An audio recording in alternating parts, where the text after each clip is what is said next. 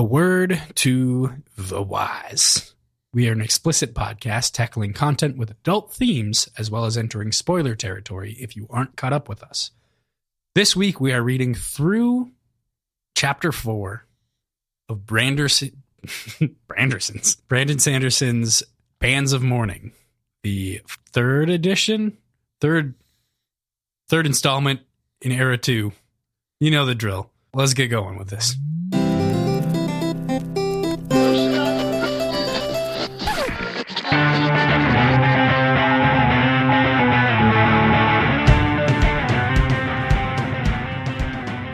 We are Words and Whiskey, a podcast for veteran and novice readers alike. We tackle fiction novels and love to talk about what we're drinking. You should think of us as your intoxicating weekly book club.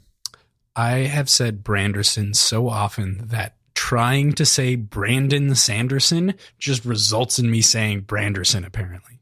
PJ, it is so funny because not only do you say Branderson so often, but I literally put it in our submittance for a thing that we'll talk about in a second here. But yeah, because I was like, we have to, I'm calling it out. I'm going to put it in there. It's a funny note for approval. So, you know, as it goes. Mm-hmm. So did that get commented upon? I'm genuinely curious. No. We got no details back. By no details, we had no notes back. There was like nothing, no commentary on the description or anything. It was just like thumbs up and then some details that we got for timing and stuff like that. So cool. With that, today is our first episode discussing Bands of Mourning by Brandon Sanderson, and we are going to chat about the prologue through Chapter 5. But before we do that, and before we talk... Sorry, Chapter 4, through Chapter 4. Before we do that, and before we talk about what we're drinking, PJ, where are we going on November... Oh my God, what is it, 14th and 15th? Yeah, 14th and 15th. Big old lake made of salt. I have no idea what Salt Lake City's like, but I assume it's just a big pile of salt that we get to swim in. Salt Lake is really pretty. I have actually been there a couple of times, but Salt Lake is a very, very pretty area. But yes, we are going to the Great Salt Lake City for Dragon Steel Convention 2022.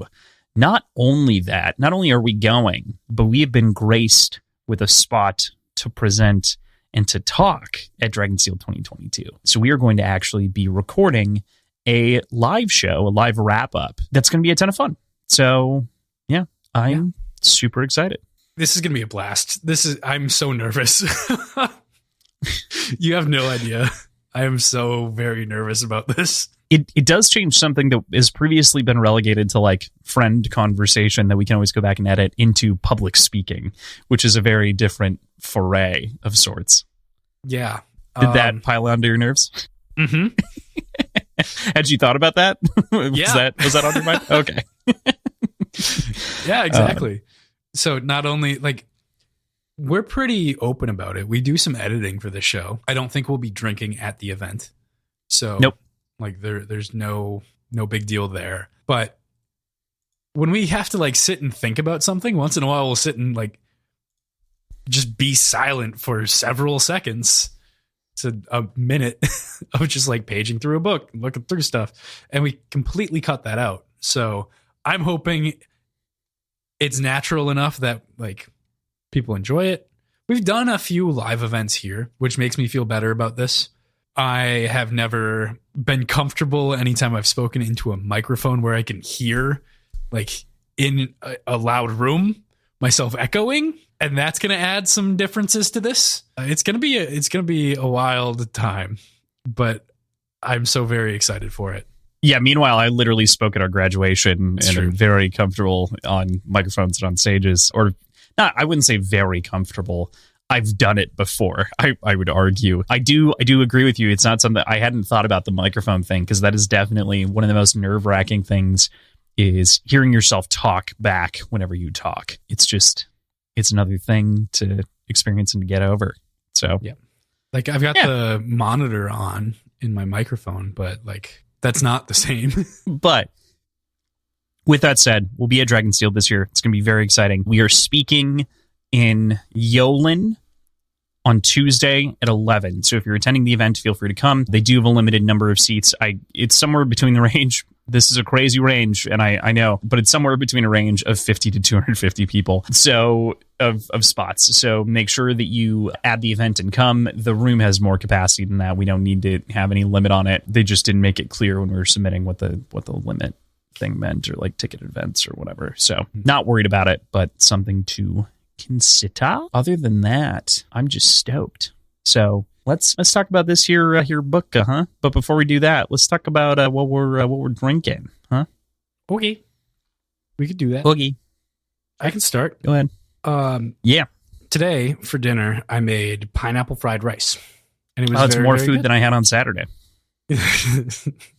Yeah, it was.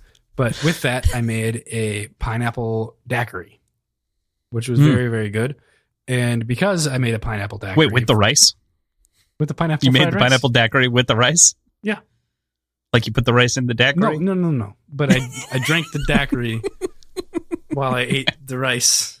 You know what's up. So, because we already had that cocktail together, I came into this deciding I'm just going to do a beer. And by a beer, I mean a very large beer. So I opened up a 2015 Surly Darkness, which is commonly regarded as kind of the crown jewel of Darkness years. I think it's like a year or two past its prime. It's thinning out a little bit. The raisin notes and chocolate notes that you usually get off of it have really fallen off. It's pretty flat in flavor, if that makes sense. Not a lot of lingering complexities to it, but it's still a very well-made beer. It's one of the last ones that Todd Hogg really personally had a lot of interactions with before he moved on and left Surly. Won't get into the politics of that right now, but he went on and joined Three Floyds after that. But yeah, this beer was my first foray into Russian Imperial Stouts, and it's hard to beat. Like, this at its prime is one of the best beers I've ever had in my life. Yeah, I was going to say that as well. Is like we experienced a lot of this mostly at the same time. I got a couple of sips of Darkness earlier because my dad had gotten some over the years, but this was the beer. This was the Darkness from the year that we turned 21 as well. So that also has some significance to it. So there's, some extra like little notes there. And it was amazing. And like 14 was really good. I remember that we went to a bar and we got a 14, 15, and 16 bore the next year. Mm-hmm. And I think we still landed on the 15 being the best, but 14 was pretty good too. And 16 wasn't bad, but it wasn't near the perfection. So I guess what that means, kids, is if you have them, drink them. Yeah, don't let them go. If you're one of those. This one went 7 years. Yeah. So yeah, that's usually kind of the max on what you want to age things for. This one probably could have done with a year or two less. It's too bad you can't corv in a beer, There's some that you corv could. in the thing that... Oh, yeah, fair if they actually cork sours for the most part. Yeah, mostly like lambics and Belgians. Yeah. Cool. I am jealous, that you're drinking it, even if it doesn't taste the way that it does. Like, just... Even the idea that you can compare that beer, that sort of legendary craft beer experience, to like what it was, even if it is inferior, it's still kind of one of those things where it's like kind of reminiscing about something in a very nostalgic and fun way. It also still has one of my favorite bottle arts. Mm-hmm. So Darkness, Surly every year gets a local Minnesota artist to do the artwork for Darkness, and this one was, and they feature a different monster because they release it on Halloween every year. So coming up soon will be the 2022 edition, but this one's the Bat. It's really cool. Mm-hmm. It is super cool. So I'm jealous. I made a fucking tiki drink. I don't know. Dude, this is more tiki bullshit because I had pineapple juice still from the last episode. So I was like, okay, let's go with a different tiki bullshit drink. So this ended up being 2 ounces of Jamaican, 1 ounce white rum, ounce of lemon juice, 2 ounces of pineapple juice, 2.5 ounces of pineapple juice, and then an ounce of dry curacao plus 3 dashes of mango, and done. All right. So, yeah, good. Nice. Really, I mean, Likely, I mean, what you would probably add to make it a real cocktail is some form of sugar. However, the pineapple juice that I had was so sweet last time that I was like, I think I'm not gonna fuck with it. Or maybe it was some combination of things that I was like, I'm gonna let it be, because the last one got a little sweet with bitter. So yeah, this is really good. It's a little sour because of that lemon. So like a little bit of orgeat would be perfect in here. However, I do not have any orgeat. So, well, my back half beer is tea because I drank too much this weekend. So I'm not having more than a cocktail. Fuck everything. Fair enough. That's how I feel. Okay, so PJ, before we talk about the chapters, how did you feel about this week's reading and this first book in the series as it is? Second book in the series? I meant first chunk of this book in the series. I totally fucked it up. That's definitely my bad. I'm enjoying it. You mentioned something to me that I had forgotten about, and I think we did talk about beginning of last book, that this book was technically written before Shadows of Self. And going into it, understanding that, you do kind of get little nuggets of that knowledge, but for the most part, this is just clean. This entire section feels like an introduction. Like, it feels like a full part prologue, but I'm not upset about that. There's payoffs for side characters from the previous book that are very clearly becoming more important here. And it picks up where it left off really, really well from Shadows of Self. So, yeah, I think it does go ahead. Sorry. I just said happy. Happy. Okay. I think I really like this intro. And again, this whole part one is kind of like prologue to the book. It feels like we're getting in motion more or less, and we're spending a couple of chapters to do so, which is okay. I don't think there's anything wrong with that. I do want to, at the very least, comment. We can talk about this when we talk about the prologue a little bit more, but I do think that this is my least favorite of the prologues themselves, not of the whole part prologue, not of like the whole first chunks, but I didn't love it. And then I like the next 4 chapters well enough. I don't know that I would need to rank them or compare them. I think they do different things for the stories because they're telling different stories, but we can get into the specifics there. Overall, I think that this book, to me, has the weakest start so far. Do you think that perception would have changed having not known that this was written before Shadows of Self? Because I don't think so. This prologue is where a lot of those connections happen. To me, I don't think that happened because I didn't know that until until later. So like when I originally read it, I stand by the opinion that I have of Era 2 that we'll get in when we're done with everything so far, because I have been like, my brain has been right beat for beat on everything that I remembered feeling, which is good. It's reaffirming that like some things recontextualize some characters, some moments, and some things got better. Almost nothing got worse. But I think like I pretty much was right on my own feelings towards the book and didn't really change in the subsequent reads too much. Not to color any kind of opinion. There's no real opinion there outside of the fact that, no, I'm pretty sure I still feel like that regardless of the additional context. The sort of out of context bonus. So, yeah. Let's get into the breakdown here. Talking about this one and opening up with the prologue. This prologue is kind of a bummer compared to the other two. I mean, the other two are like quick cut action sequences. And this kind of feels like something, and this is crazy because this should be my favorite type of thing, right? But this almost feels like something pulled out of a Fincher movie or like a Seven. It feels dark and like lingering, and it feels like a sneaking out. I mean, we're in October right now when we're recording this, and it kind of feels Halloween-y in the way that it's like kids sneaking away and, you know, this kind of creepy thing going on in the background and like kid missing, and it feels like it has all of the ingredients of something that I should love. But like I said, this isn't my favorite of the prologues. It doesn't mean it's bad. I still like it. But of the prologues, I think that I liked the other two in the Western and the kind of quick pace a little bit more than the sort of investigative roots that we see here. Yeah, I can mirror that sentiment a little bit. It's different for sure compared to everything else that we've experienced from these characters and from Branderson in general. This feels like a departure as far as like writing style goes to a certain extent. I'm not sure what to make of it, but That's definitely fair. I guess I don't know what to make of it either, and I don't think that it's a net bad thing, right? No. I think that's what we're trying to get to, is like, it's just kind of different and new, and there's nothing wrong with that. I mean, you've expressed that this is your least favorite of the of this era. I kind of like it better than of Law.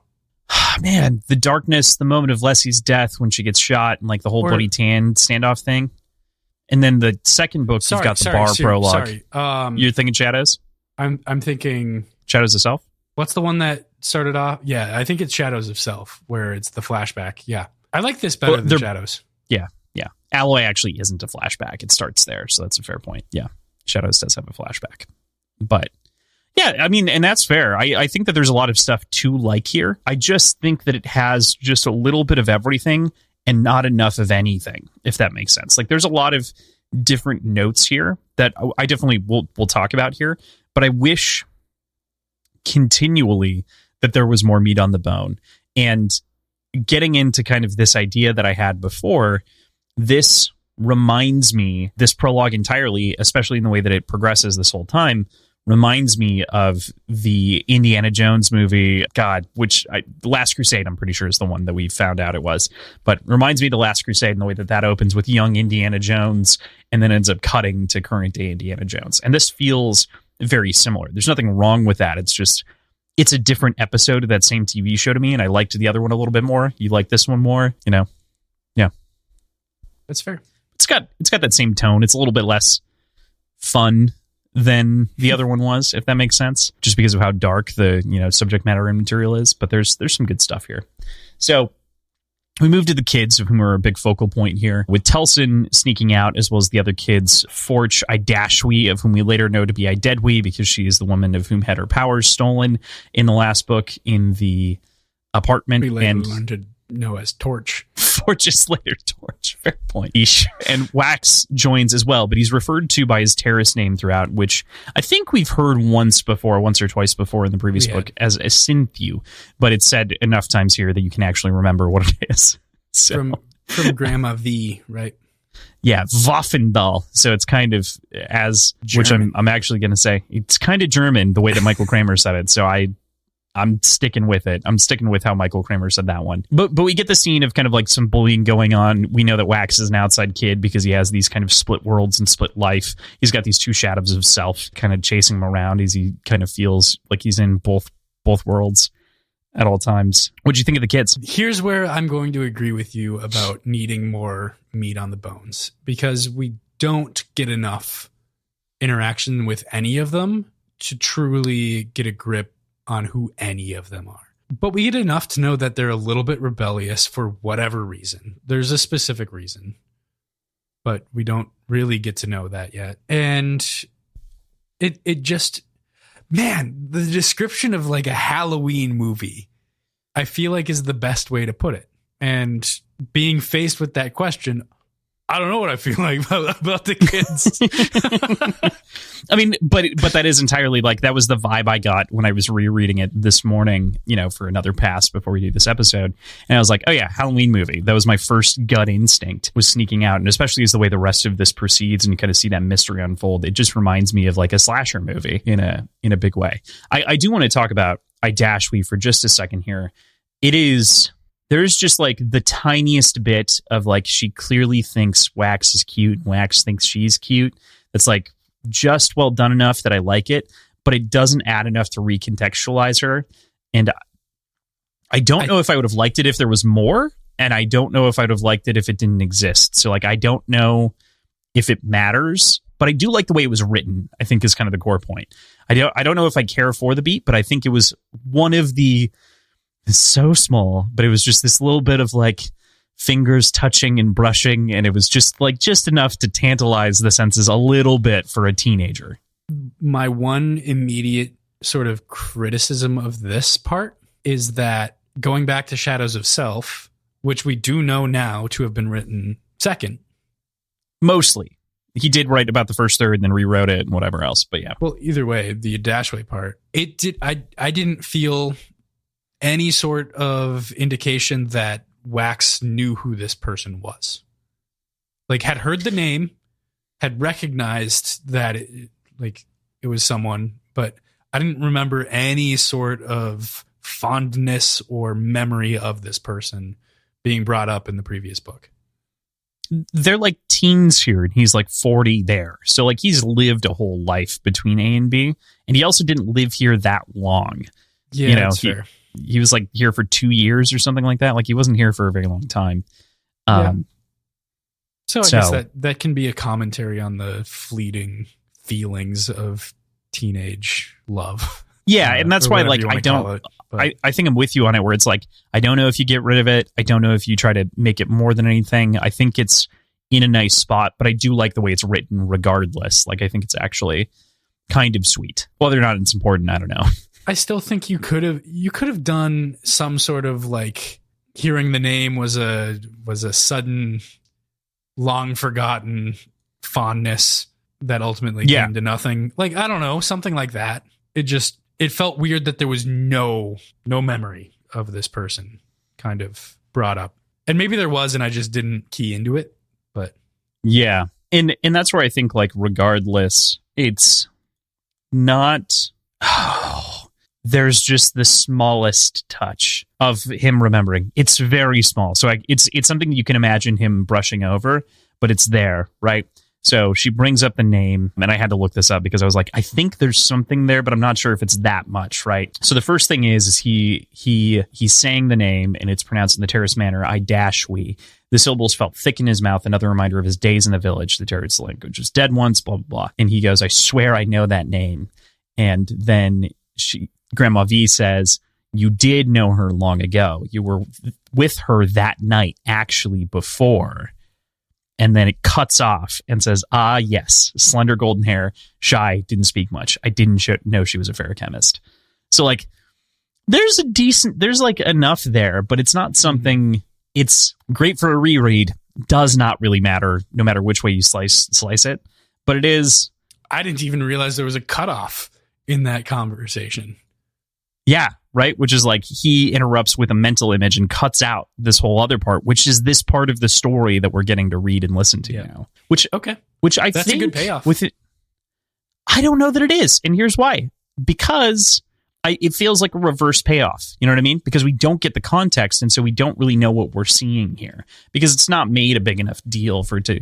It's a seed, right? It's not a payoff. It's not a Chekhov's gun. It's a question mark. It's an Easter egg for a reread. Yes, exactly. And it does pay off in the end when you know and you have that context.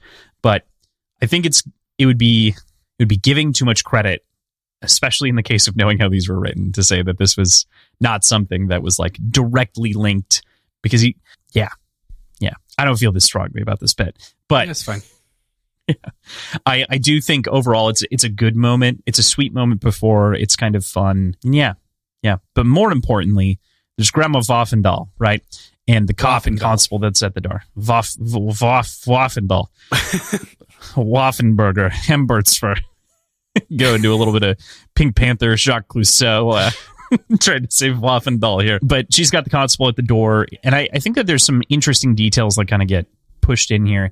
This feels like a decent commentary on modern policing, I think, especially in the way that she approaches the questions and how she's being asked, and how this small community feels invaded by a police force, an external police force. And I think that's really great and well written representation on Sanderson's part, and kind of a nice little bit. But I think I really like the scene that follows the commentary on policing that we have here, where he's called into the room for observing the whole time as though she heard him or something. What do you think of Grandma? Like, what are your thoughts on Grandma throughout this section, and kind of her advice on what to do? And Grandma feels like I knew for sure she knew that Wax was there the entire time. Mm-hmm.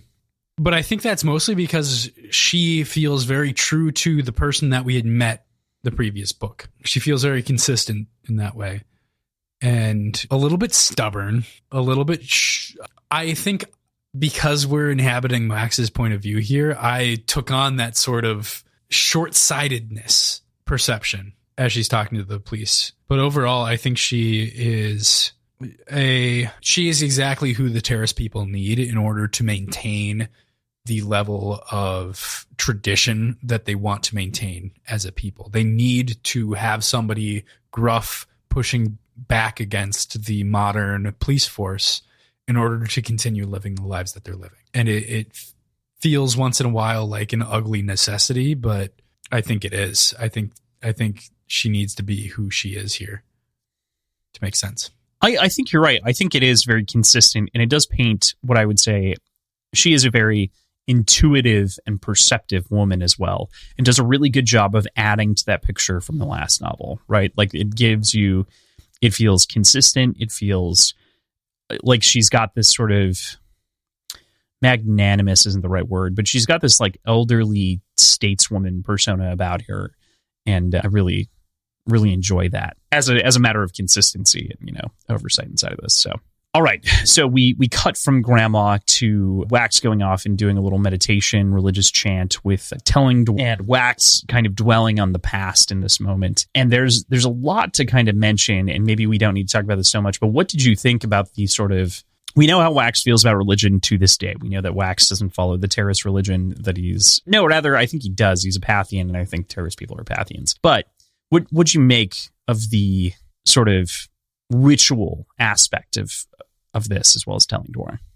Well, this section in general has a quote that I found to be very telling, but I felt like there was a really profound thing around it.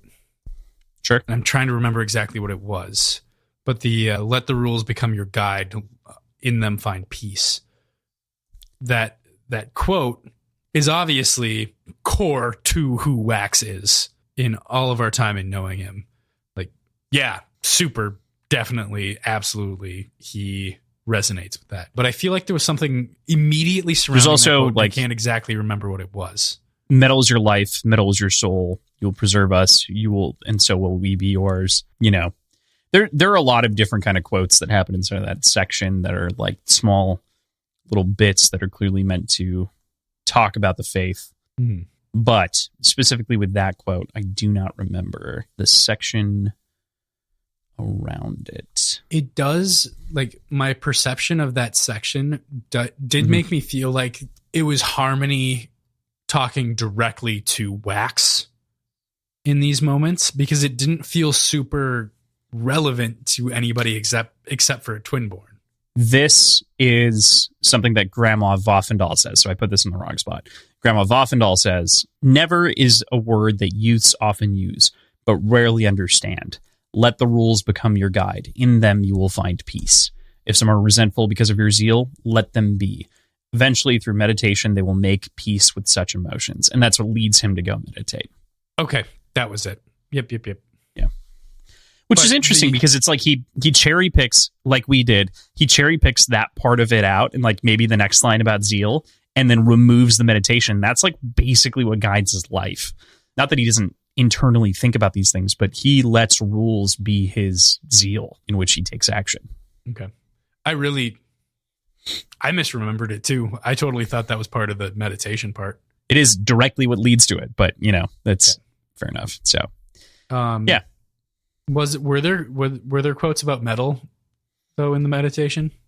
Yeah, metal is your life, metal is your soul. You preserve us, and so we will be yours. Yeah, yeah. That feels like Harmony talking to Wax through telling Dwar. That's fair. This is getting a little cheeky with it, but is not every sort of religious recitation and prayer like that not supposed to be God talking? You know what I mean? We know that there are mechanics in which like it can be actually happening.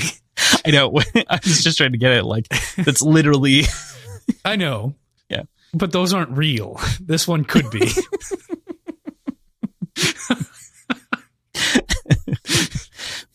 It does still have the same feeling, though, right? We can agree that it has the same feeling.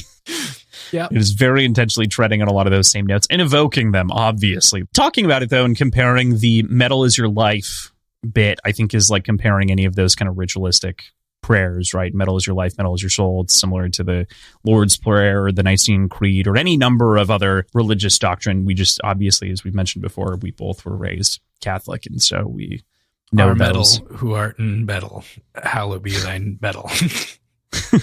Hallowed be thy atoms, his investiture. I do reap for my identity to keep mine forever without Okay, access. Make it rhyme. To anyone under Harmony. I don't know.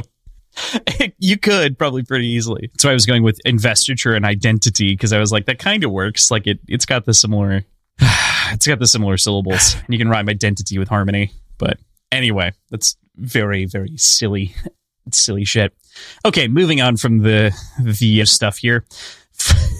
Forge, aka Murder Nerd. We're going to talk about him for a little bit. Torch is a twin-born as well, which is important to note because he is also kind of an outcast in a similar way to a Cynthia, kind of like a program trying to get. Also a coin shot. Yeah. Which I want to know the breakdown, the percentage of people that are of the Metalborn. Is it an equal spread? Or do you are think there it's more equal people spread? that are iron than there are steel? Like, is it a uniform kind of distribution? So if we remember the original era, we kind of know that it's a uniform distribution because of the percentage of people that were taken out. However, since then, has Harmony adjusted it? No clue. We don't know. And there's some questions about bloodlines and the way that's been manipulated versus, otherwise. And is it something that isn't just the same sort of trait that's passed down, meaning that like you can be any of the metals or none of the metals in the same way that it was, before? Does he get to choose? No, I don't think. Does Harmony get to choose? Is that what you mean? Yeah. Oh, maybe. That would be a lot of... I feel like he'd be sitting at a lot of birthing rooms being like, no, yes, no, yes, double yes. He's got fucking time. No. What's he doing? It's fair. And I feel like we'd see infinite. a Mistborn. Well, more like once in a while, if that wasn't decidedly not allowed. I think that he, in the words of founding, said that there were no more Mistborn. So like in the words of founding, he stated, okay. Fair enough. He could choose. He's manipulated it in a way. Well, he manipulated everyone's DNA so as to make that not really a thing outside of, whatever Mistborn may have been living at the time, and then Spook. So, who was unnaturally gifted the trait. So we still don't know. There's still a lot we don't know. There's so many questions. Yeah, this is an indeterminate. It's genetic, but it's not necessarily strictly genetic. Well, yeah, there's some questions now. We don't know necessarily if somebody that was a Mistborn through unborn means, like if they weren't born a Mistborn and they gained it through whatever the nuggets are or the gift of the god that Spook got. The Lord Ruler got the gift of the god too, or maybe he ate a bead. He might have eaten a bead. Never mind. And Kelsier, we learn later on, may have bestowed it upon himself. What? I think you're interpreting something wrong, which is chapter 3. Yeah, no, we'll talk about that in a minute. The survivor is obviously talking about Kelsier, but he did not bestow himself. He held the power. Yes, we'll have to talk about that in a moment. But no, what you're suggesting is wrong. He wasn't a Mistborn before that. No, that's not true. Or there's a giant question mark there. Yeah. There's sometime before that, he wasn't a Mistborn. And then maybe he was. Maybe he ate a nugget. I don't know. And then he was a Mistborn after that. We have pretty telling and damning evidence that it was the pits that turned him into a Mistborn, that activated the gene, that he was never stressed enough otherwise. I thought we had... we'll get into it later. Okay, we'll talk about it when we get there. That is not... Yeah, okay. All right. Okay, so, but Forge, Murder Nerd. We have to talk about Murder Nerd. Because this is the whole scene, right? So, like, Wax sneaks up on him, and he's torturing a kid, and he snuck away, and he was going to be able to blame kind of the sneak away on the other kids for sneaking and whatever else. And, like, he had this very clever laid out plan for how he was going to kind of get away with this moment. What'd you make of Forge, the Forcher, and anything else in the scene? I wasn't prepared for Forcher. Man, I like that there are these complex, just off characters that from a young age they're exhibiting characteristics like this, and it's the beginnings of a serial killer is what it feels like, especially with the arson tied up with it. It's just a level of complexity and character building that I am really satisfied with. I really like this scene. Yeah, I think that I do too. I think that it is a lot very quickly, and so I think that some of the detective work that Wax doesn't feel earned necessarily to get there. However, I do really like that, like, he didn't relent. That's very in line with Wax's character. That makes sense to me. And I also appreciate Forge's characterization, like you're saying. Like, those are the big takeaways from the scene for me that are really well emphasized and kind of pushed to the forefront here for us to really focus on. The way that this whole scene goes with him, like, pushing the giant metal bar into him and everything else, and there's just a lot of fun, I think, that, like, from an action perspective, I mean, fun is maybe the wrong word to put on this. This is a very stressful scene comparatively, especially because Wax doesn't have his medals. He's not wearing his bracers, so he can't really do anything, and he thinks through his situation. He uses the bullet to shoot him in a really clever way, which is fun. I still don't quite get the mechanics of that, but that's fine.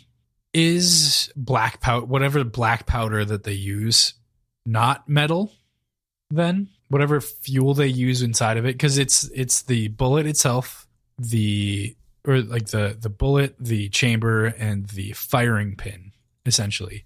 And he just pushes on the firing pin, but what makes the firing pin work is contact with the hammer. Yes, for sure. Gunpowder is not metallic. Black powder is not metallic, so... and has not been. Doesn't really matter. Yeah. That was a side tangent thought. Yes, yeah. Inside of that. But just pushing on the firing pin without, like, making contact with another metal piece, like another piece of metal to, like, I don't know. I don't understand how that could be effective in firing the bullet. Well, it's not, okay. And this is equally a question as it is a statement. Please take it that way. Thinking about the mechanics of Allomancy, if you push on something really hard, is that not the same? Like, if you push on the blasting pin, is that not the same as actually hitting it? You're not, the pin isn't creating a spark or anything. It's just creating an indentation and a force, which generally kicks off, depending on the bullet, right? There's a little bit of variance here, but there's a little insert on the inside of most bullets beyond just the actual, the thing on the back. What's it called? Blasting cap. So there's the little pin that you hit. But there's a little, like, tripod on the inside, depending on the bullets, that also releases to, like, propel that momentum, make sure that everything's moving forward. And I think that is disconnected by the physical connection of the hammer, which is the biggest deal beyond just the actual need of impact. So in my head, that's what breaks for me inside of the bullet, not the impact itself. It's mostly because there's nothing retaining the shell casing. There's also that. So, like, pushing on the firing pin, why not just shove the bullet into his head? It's just going to shove the bullet. Yeah. It's all going to act as one unit because it's all fused together. And you're working with, like, metal deformation because of retaining geometry. Yeah. This feels like a cool thing, not a logical thing. This feels much in the same way, like, I talked to you on the phone earlier about, like, it doesn't feel like there's a lot of experience behind the writing for Wayne's alcoholism. This feels in that similar vein of just not a lot of, like, he technically understands the mechanics of how a bullet fires, but is missing pieces as to why it works. Yeah, I'm rereading the scene real quick. Yes, I think it does make sense. But that said, I wonder if there's some sort of not, what's the term? Some sort of iron savantism or steel savantism. I think that's a part of it, for the record. Like, snaps right here. Because this is the first instance of him, like, being able to break apart the different individual components, right? Yeah, he's feeling the three parts of the bullet, right? So he feels the cap, the shell, and the tip or whatever, and he clarifies that. And he shoves on the knob at the back, so he lets go of the first two, of which he was previously propelling, and then he shoves. So letting go of the force means that you're no longer pushing against it, so it slows down, and then pushing the other end in could create a similar action. I don't think it would be the same. Here's the thing. Better than not shooting it, probably. Better than it not exploding, but probably not as clean of an explosion as a firing pin and barrel would be, right? I mean, I would think... Fun fact, there's actually a Mythbusters. Because it's lined up that way, and it's aligned. Mm-hmm. Like, that is such a lucky fucking moment. For sure. I definitely agree with you. I said Mythbusters a moment ago. There's a new slow-mo guys in which they shoot a bigger bullet with a smaller bullet, and it's really great, but it shows like the way that this can go wrong when you're not using a barrel in a pin firing system and using the pressure of the barrel to really propel the bullet, because that's a huge component of how this works. So it would give you a little bit of firepower in a very short distance, but it would not provide you with a substantial advantage over just shoving the bullet in the guy's head. Yeah. Yep. Yeah. But it's cool. Yeah. Again, cool factor. Definitely there. Big kills Forge. And then there's a lot of sort of blame that gets placed on Wax in this moment. And we're talking a lot about the prologue because it's the longest chapter of the week by a stretch. But there's a lot of pressure that's placed on Wax after this. What do you... Not direct pressure, but there's a lot of like connotations of what's going to happen, right? He saved this kid, which is great. The kid looks up to him and like really appreciates him. He's obviously given the constable fuel in the fire for the reasons that they should be inside of the terrace people's space to do policing, which clearly becomes a stress point over the course of the rest of Waffendal's life. And, there's the disappointment that he didn't listen to his grandma, right? That ultimately makes him a different kid. At the same time, he feels like he's coming into himself. So there's a lot of dueling feelings going on in this moment. Did you have thoughts there? Yes. My one thought, what was the kid that got saved? I don't know that he had a name. I know. And that's something that I feel like could have been more impactful, is a tight bond being forged here. But what it does do is solidify a path towards lawmanship. Mm-hmm. Like it's absolutely a flashback origin story to like the notorious Wax. Mm-hmm. This definitely sets that up. This sets up the idea of, in the same way that like Batman's origin does with his parents dying and then falling in the well. This is very much kind of the same thing for Wax. So, yeah. I do like it quite a bit. It does feel, personally, even though I did just say that this is the longest chapter, this feels a little quick for the amount of information that it was communicating. It honestly feels like something that could have used a little bit more time, just to like make it feel meatier. Like you're saying, there's a couple of small details. Give him a little bit more time to work out the puzzle. Give it a little bit more time to... This could have been a novella.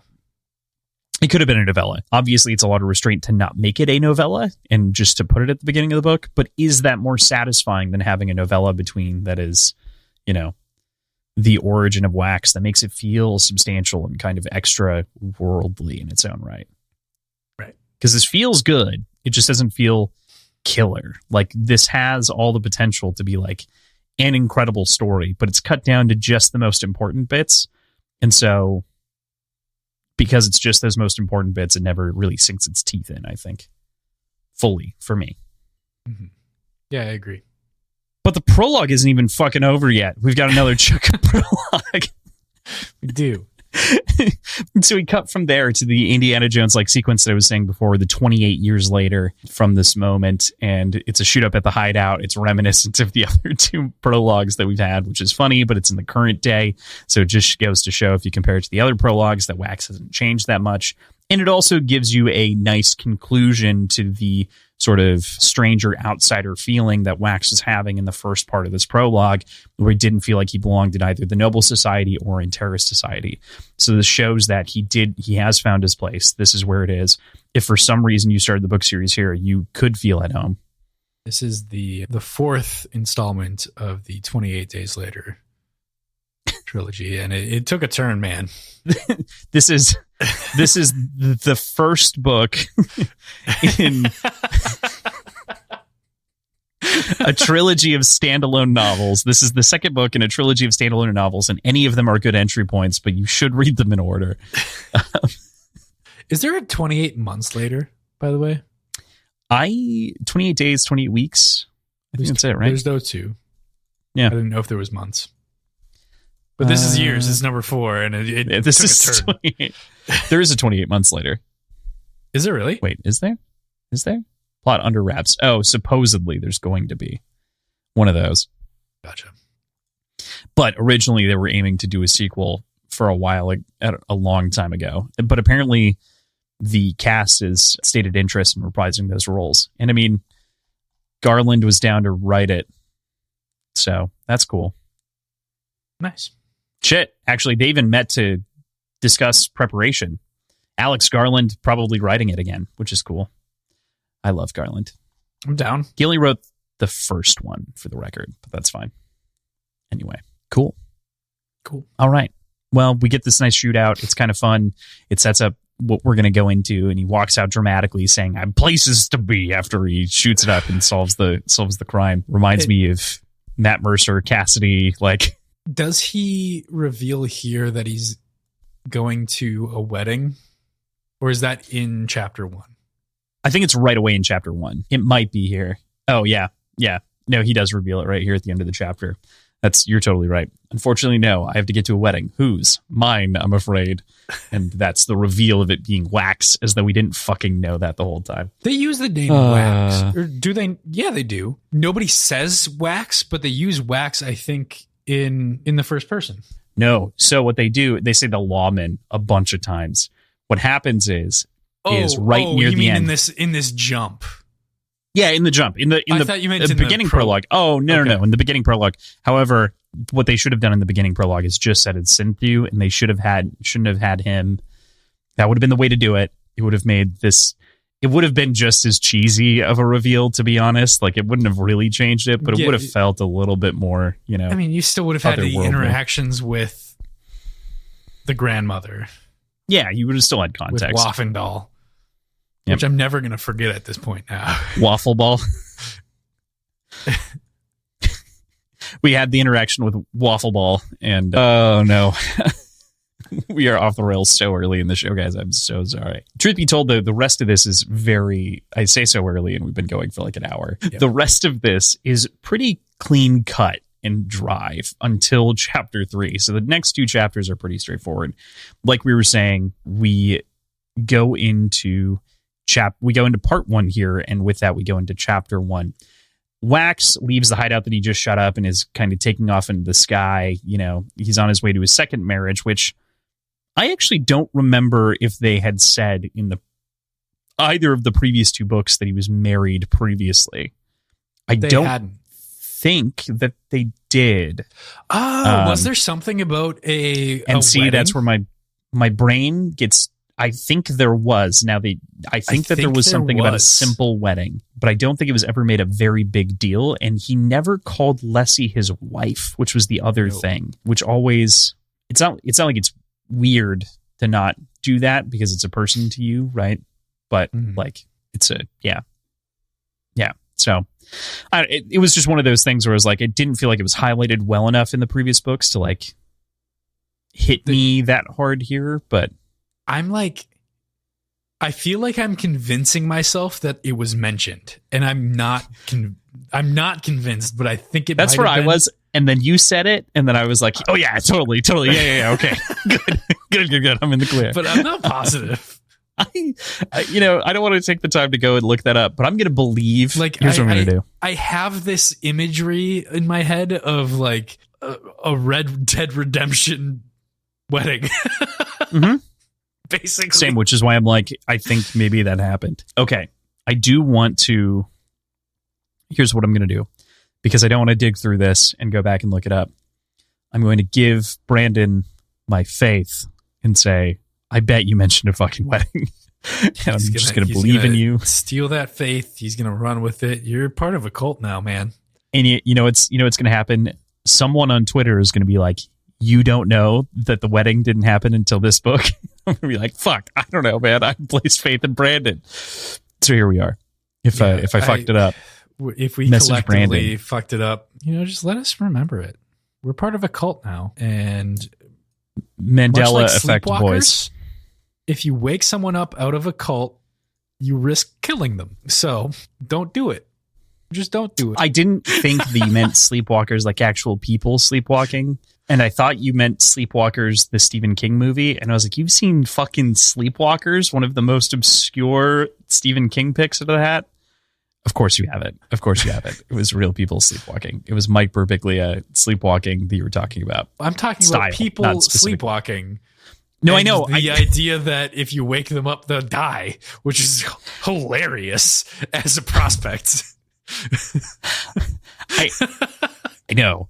What I meant is that you're talking about Mike Birbiglia type of sleepwalking, not okay. Yeah, not the comedy special or anything like that specifically. I meant Gotcha. the type of sleepwalking that you're talking about. Yeah. But I mean, Wayne has some pretty good one-liners here before Wax launches into the sky. I really like the commentary on, the second marriage and kind of what's going on. And he says, "Oh, is that how it works? Because in my experience, marrying is the one thing people just seem to get worse at the more they do it." And it just like lays on this thick layer of resentment that Wayne obviously has for Steris. And yeah, there's still kind of a big why there. Why this bad? But we'll get there. Yeah, there's that. But it is also kind of a funny commentary on divorce statistics and becoming more and more likely to get divorced the more often you get married. Yeah, I mean, it is much more likely to happen if you've done it once. Yep. That checks out. I don't know. I've got counter arguments for that as well. Oh yeah, both of my parents are divorced and remarried and are still married and in better marriages for them. Yep, exactly. So, but yeah, the vitriol that Wayne has for Steris is alive and well in this book. Yeah, just a little bit. There's a little bit of friendly banter between them, though. Kind of later, but I think that originates. Not as poisonous. That banter originates from Steris, though, not Wayne, which is why I think that it is more friendly, is because she's naturally cordial. I mean, that's how she interacts with people, despite whether or not they hate them. Like, she just does. She interacts like fair. That. Yeah.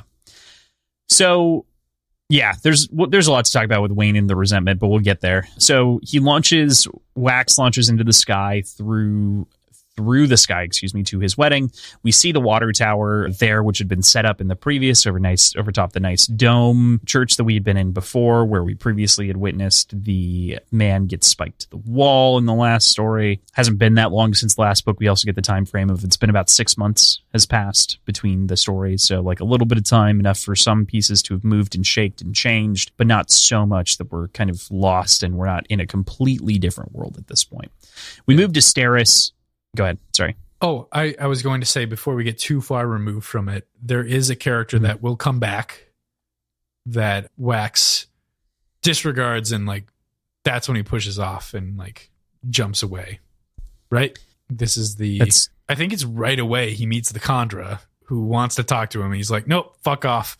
And he like flings himself, he just yeets himself away with a coin. Oh, yeah. So technically the guy shouts for him, but doesn't actually. No, that's the coachman. Oh no, never mind. There is a man in a brown suit. So it is Vendel at this point, but it's just he doesn't even acknowledge Vendel. Mm-hmm. I remember my first time reading through it. I thought it was funny. It is kind of a nope, fuck off about it. And then it is kind of a humorous. Yeah, it's a humorous moment, but it also returns later because he then I think is in front of the venue, right, and calls him out again, or is it just he beats there? Wayne there. Yeah, because he brings it up again. Okay, so anyway, point being, it's almost like blink and you'll miss it the first time because it is meant to be like a background thing where it's more like, oh hey wait, but you're right. It is very funny, and it is very much like a nope, I'm gone, goodbye. Yep, which is strong. But we moved to Steris, and her getting ready, I think, is really great. There's a moment of modesty here with Wax, where he's getting undressed to get changed or whatever, and she's like, "Well, I think we're about to get married, so I think I can see you with your shirt unbuttoned." And then he drops his pants, and she's like, "Oh no." And then it's just blush central from there. And There's I a lot don't of know. blushing. I don't know if I've made it clear yet, or if I've like stuck away from talking about it too much, but Brandon fucking loves to use blush. He uses it so frequently to describe female emotion that honestly, and like reactions to things and like the sort of immodesty or modesty of moments, that it is the most grating thing in his writing to me. It is the number one thing that I detest the most, is the overuse of blush with women. So I agree with you. I mean, obviously I have a much more limited scope than you do. This book seemingly made it a defining characteristic tongue-in-cheekly of Marasi to seemingly try to like reverse that a little bit, but it still shows up with Steris. So like that point is kind of moot. Yeah.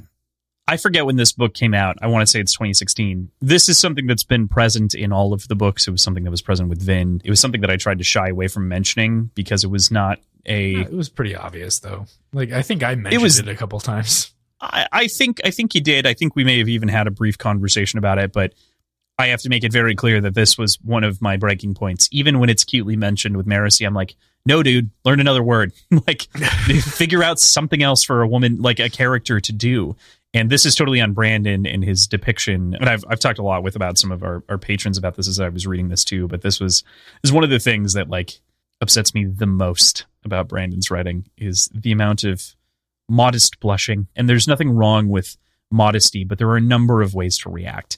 You can grab the shirt and throw it back at him and then run out of the room flustered. Like there's so many different ways to react to a scene, but it always seems to be cape the character in the scene, blush to show that there some sort of sensibility in their head is offended, and then continue on as though nothing happened.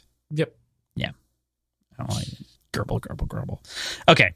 I had to go on that tirade. This in the later one, the one with Marasi particularly broke me, but in my reread for notes, this one was like, no, she would blush. You're right. Or that she would be like a little bit like taken aback by that moment. And it is funny.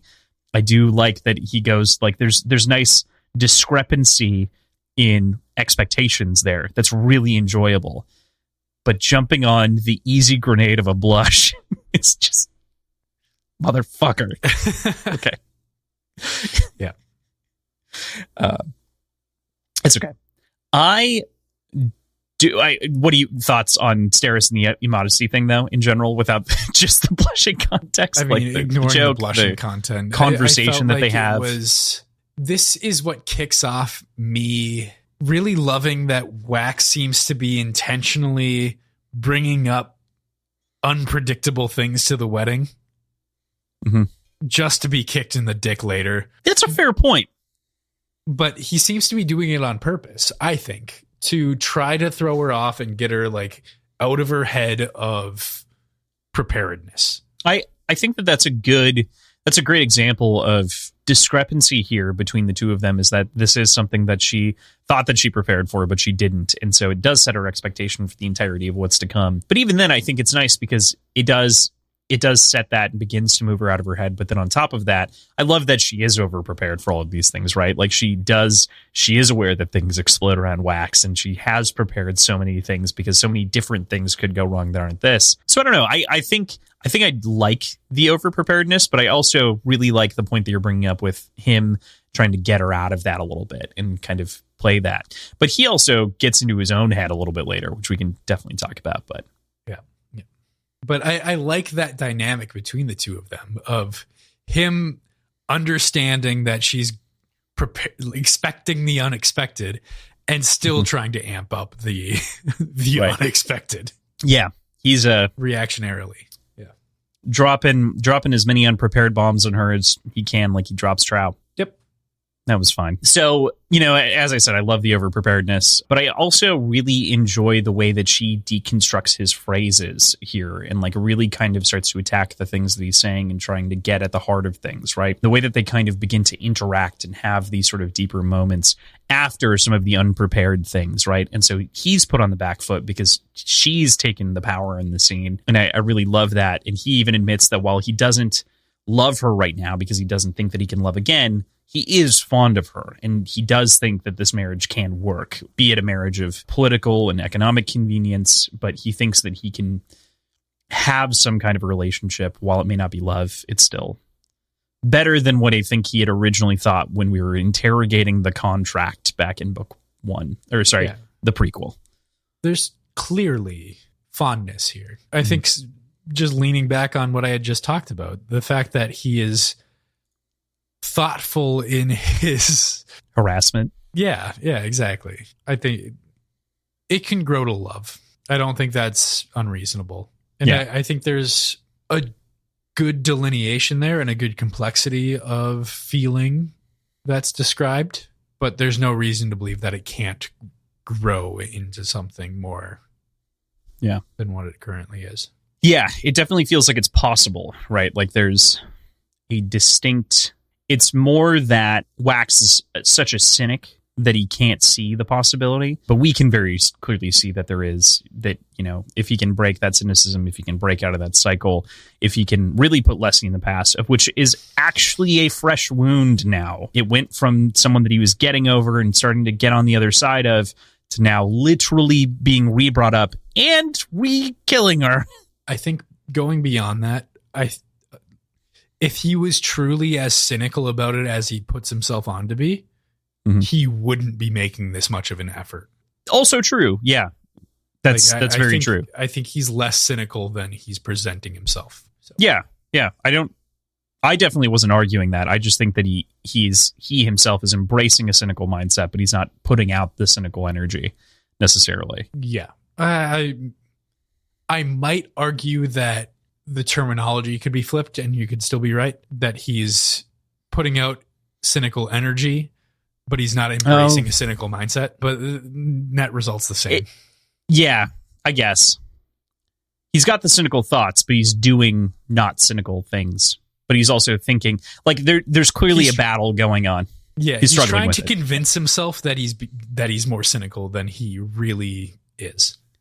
Yes, yeah, totally. But Wax has a dose of cynicism administered to him here, as he has to wave away a Khandra that was chasing him earlier to leave him alone. We know, of course, this to be Vendel a little bit later. And it really shows, I think, more than anything else, that he hasn't rectified his gap in faith with Harmony. Like, he has not forgiven Harmony in any way, shape, or form for what's been done, which I think is in its own right also him not forgetting Lessie, and it's a way for him to honor Lessie by not forgiving Harmony. So that feels like it's kind of dueling in the faith in his head.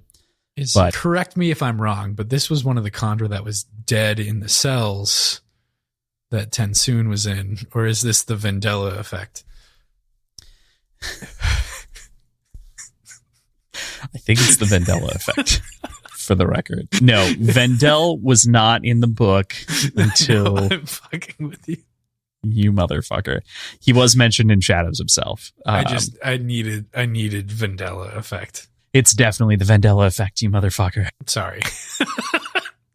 You son of a bee. No, but it is like, I really enjoy this, again, a duality of faith here that's presented, right? Not necessarily duality like he's fighting between faiths like Sazed was, or like, you know, arguing internally between different sides, but he is actively interrogating his own faith right now because of the physical interaction of his faith with his reality and his fate, ultimately. Like, his entire life trajectory seems to have been predetermined to some degree and controlled. Mm-hmm. Yeah. How far does the wedding actually get in this scene? So the wedding itself is interesting, right? So basically they go through like an intro ceremony. You know, it's a round kind of dome and it's all built in a very different way. There are ash girls that walk around the edges and sprinkle ash. They've got torches that are lit up to provide some mist inside of the dome to make it feel like this, like, really survivorous ceremony. And before we talk about like how far it gets, I do want to at the very least say, like, we're in a fantasy world. This so clearly mirrors like some of the traditions of like Abrahamic and Christian religious ceremonies that it was like a little bit off-putting. I mean, not off-putting, but like wasn't the most interesting thing. Like, trading out flower girls for ash girls is like, okay, you know? No, but the one that was more interesting to me was God, I know the term for it. The smoke balls that get swung. Incense? there's a very specific term for those sensors. That sounds right. Yeah, and that being converted into something that mimics ash or mimics mist makes sense to, like, it's a little heavy-handed, yes, to bring it into sort of a Christianity-based ceremony, but I liked the parallels being drawn. The parallels being drawn between it and Christianity? Between the ceremonies, like the sure, augmentations yeah. to a Christian ceremony and this. Yeah, so I understand that the augmentations are interesting, right? I think that it is thematically heavy-handed, kind of like you're saying, like it's like, oh yeah, ash mists, duh, like of course, that makes sense for a survivorist. But I think that it's just so on the nose. It is. For That's like true. a Christianity stand-in, especially given the Kelsier connotations already and being made out to be this Christ-like figure inside of the religion of the survivorists. Like he is the martyr in the same kind of way, you know? I don't know. Yeah. That's where survivorism bums me out a little bit because it's like, okay, it could have been in so all but much name. more interesting, but at the same time, what's the path of least resistance to celebrating all of these things all at once? That is what it is, and that's why I don't naturally produce something similar to what Christianity produced. I mean, I just like totally. I know. I definitely get it. I want something more fun and more different. But we watch like, House of the Dragon. We see a blood marriage in that more closely directly relates to. You know what I mean? Like it's a small thing, but it communicates a different kind of culture. And what this communicates to me is, oh, survivorism is a close parallel of Christianity. Is that supposed to be my takeaway? It already was. Or it was obliquely a connection. It was pretty clear.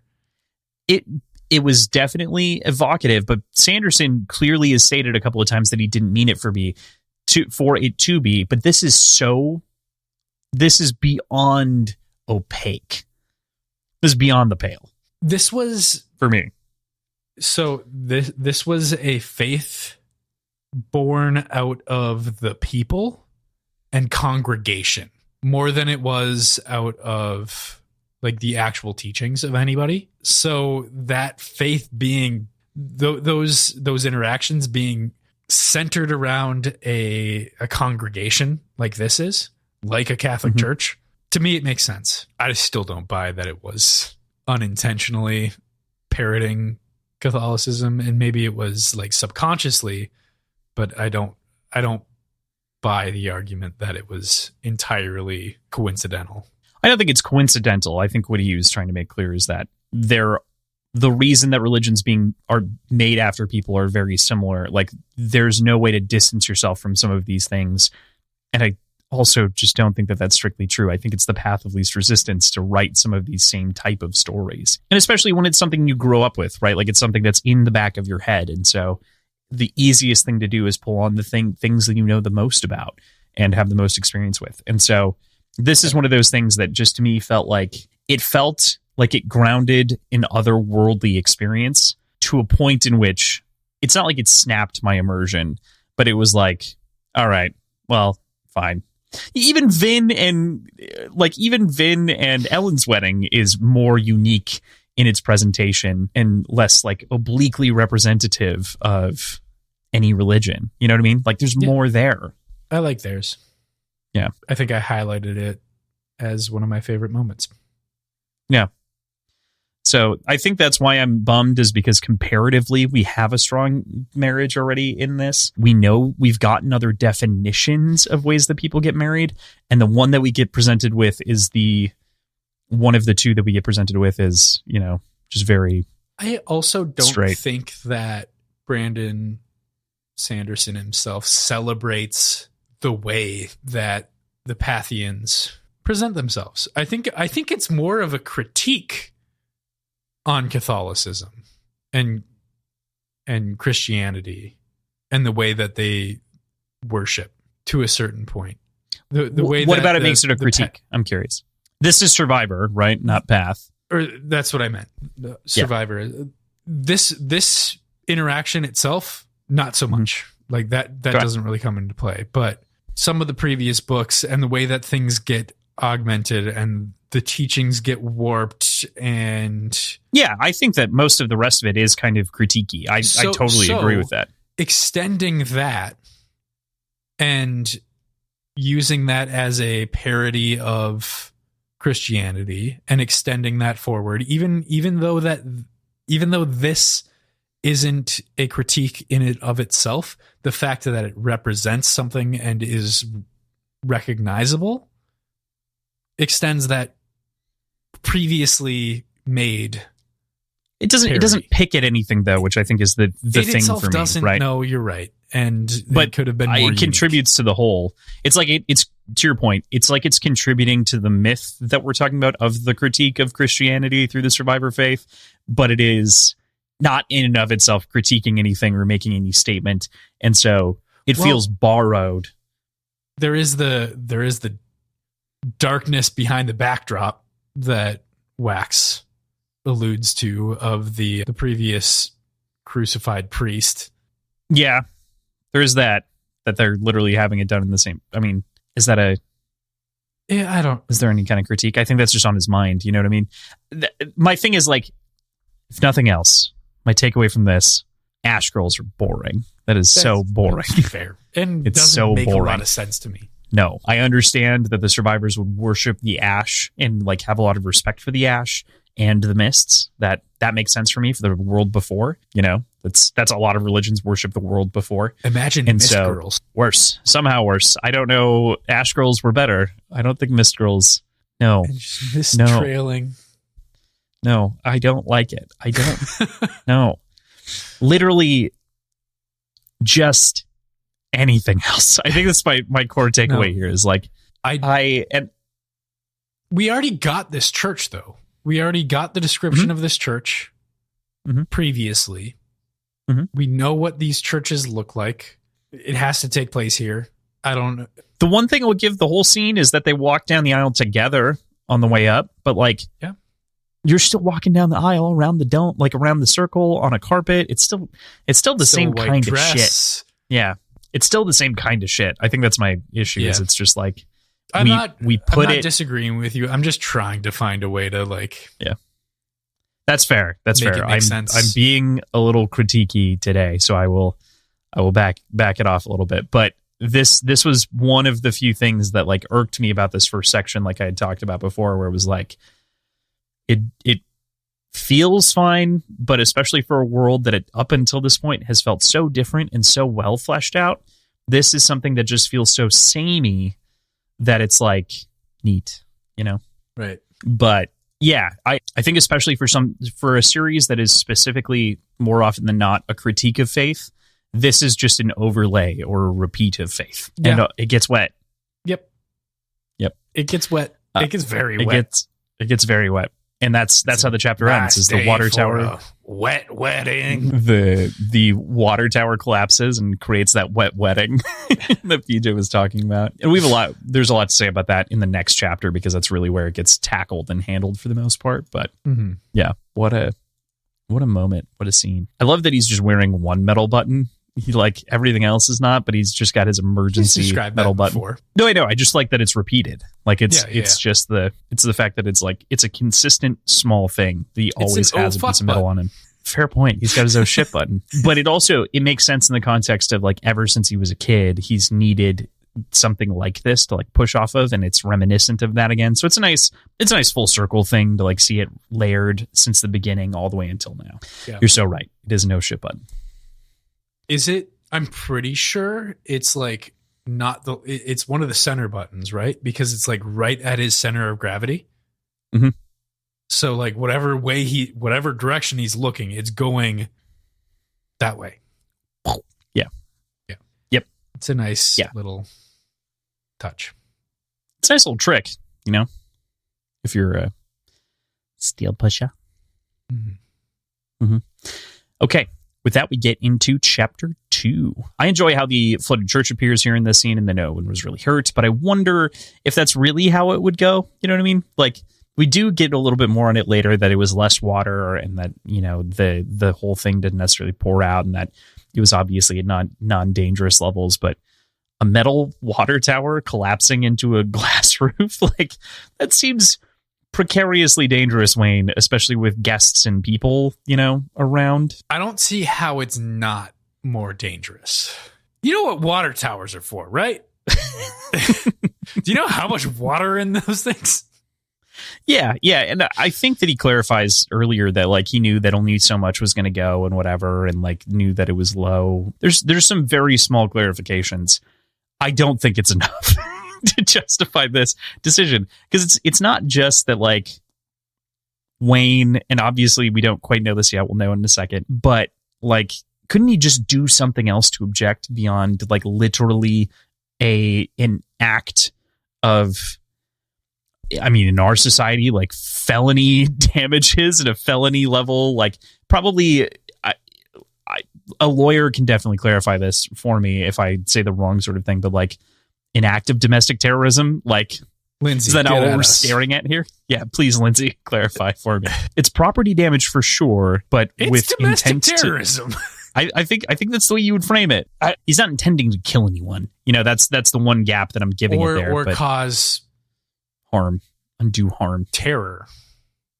Yeah, that was my whole point. My point is, I don't know the frame. I would say I would call this easily, without a better term, act of domestic terrorism by Wayne. And like incredible property damage at the very least. Like in the current legal system, attempted murder.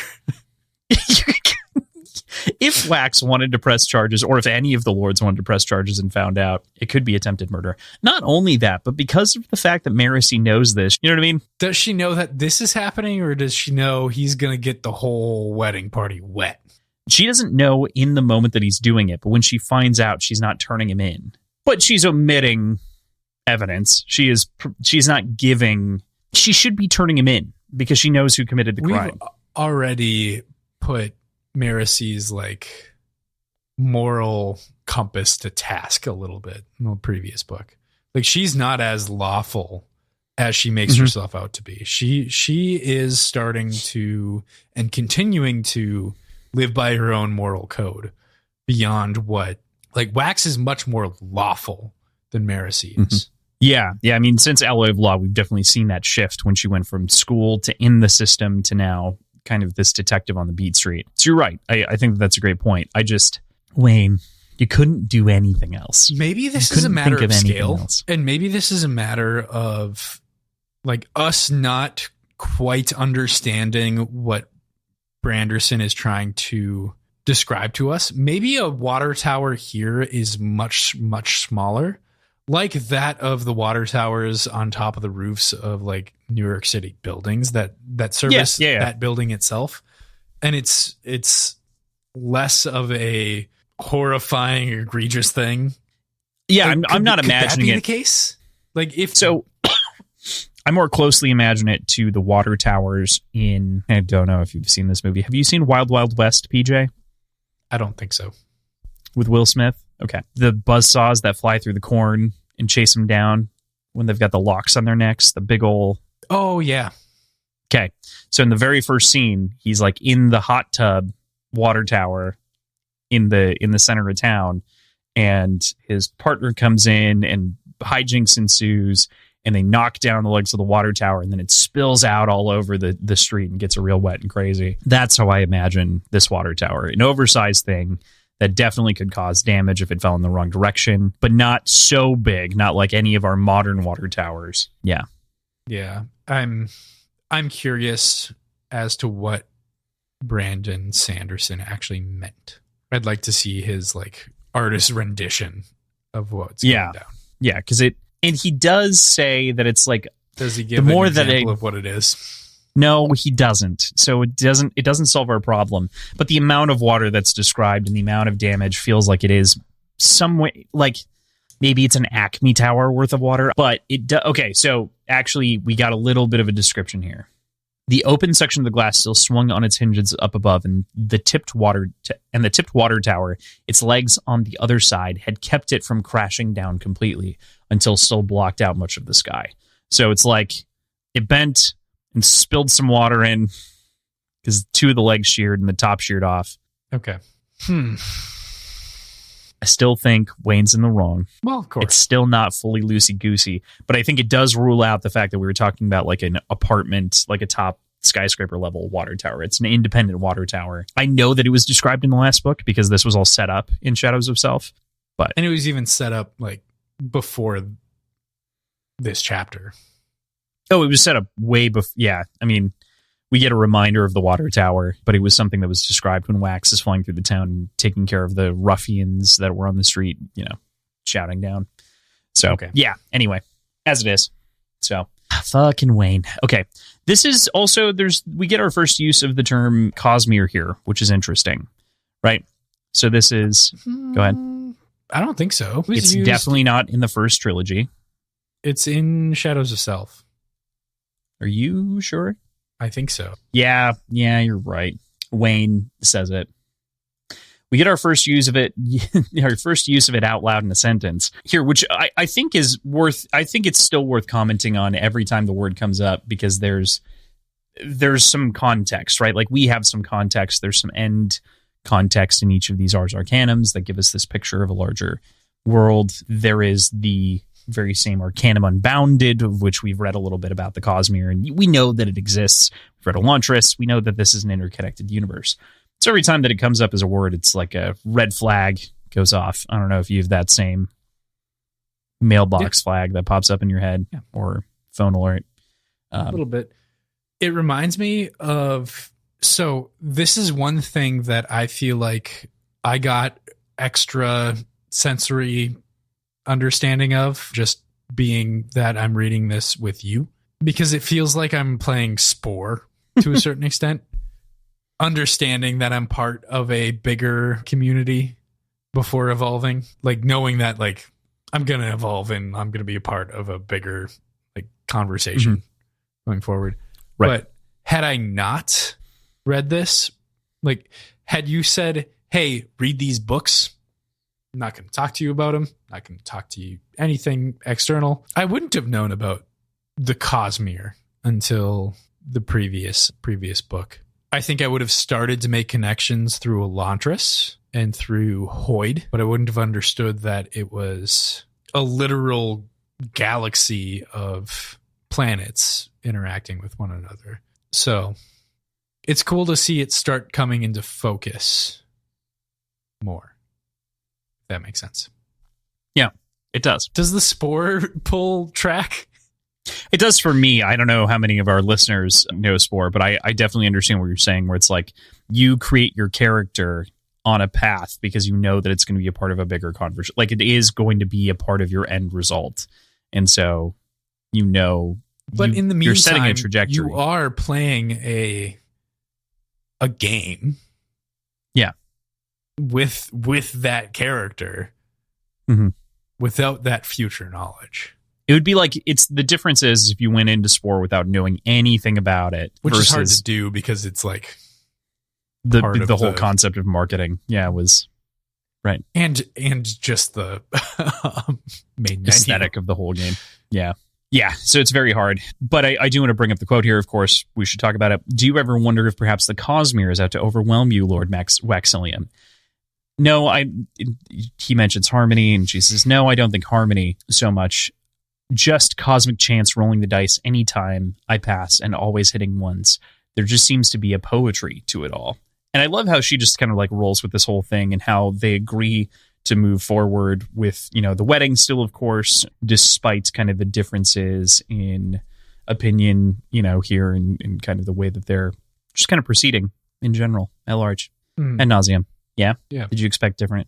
No, but I like that Steris is, it feels dumb to use the term cosmic, but cosmic.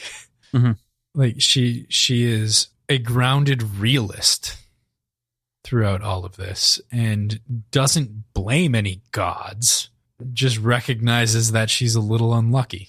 I liked it. Yeah. It's just a small enough note. So I've spent a lot of time picking apart different things Brandon's writing, and I think that this is actually something to instead layer on a lot of praise for, because I think that he is in this series in particular, he's giving more attention and focus to the dialogue this time around and the things characters say, as opposed to just making them talk kind of at each other. And this is one of those moments where it does a really great job of characterizing her in a strong way, I think, and makes her feel like she has a lot of agency in the story, as opposed to being kind of puppeteered on puppet strings, like we said with Ben. Right. So, yeah. So we get over to Marcy investigating the flooded church, and she goes into the kitchen while Wayne is yelling like a Frenchman at some chefs making food, some cooks making food here. Of course, we have to bring up the cooks, but this was just so fucking funny to me. I laughed hysterically at this out loud when I was on a walk this weekend, and it was just so good. Michael Kramer kills this moment because you hear him before you get the description of him, and, and you're like, oh, shit. Yeah. Yeah. Yeah, Wayne is like just to be surrounded by chaos and committing to a character is so Wayne. It's so good. It's so great to be in this moment, to be the schemer and like just know that something else is going to happen in the wedding and to be off doing something somewhere else. Like immediately, he's the guy who did the bad thing and he knows that he did the bad thing, but he's also going to do a Wayne thing, which is like, well, they're not going to catch me. Like I know that I'm not going to be caught. So I'm just going to go. I don't want the food to go to waste. You know, they already paid for it. And Kramer's performance too, cutting between the Frenchman, then being like, oh, hey, when he switches accents all of a sudden in like the middle of a sentence or phrase, it's just such it's a nice little touch that the audiobook really highlights. Yeah, I agree. We've talked about this a little bit already, but Wayne being behind this and the property damage. Do you have any more thoughts about like the way that this is approached and addressed? Like it's just shitty, but it's like it's shitty, but it's obvious, especially considering the pendant thing. I felt like that was off from the jump. Mm-hmm. The note, I don't know. This makes more sense than the story that we were presented with. In the beginning on why Wax wasn't there or why Wayne wasn't there. Yeah. So, yeah, this gives a lot more clarity as to what was going on.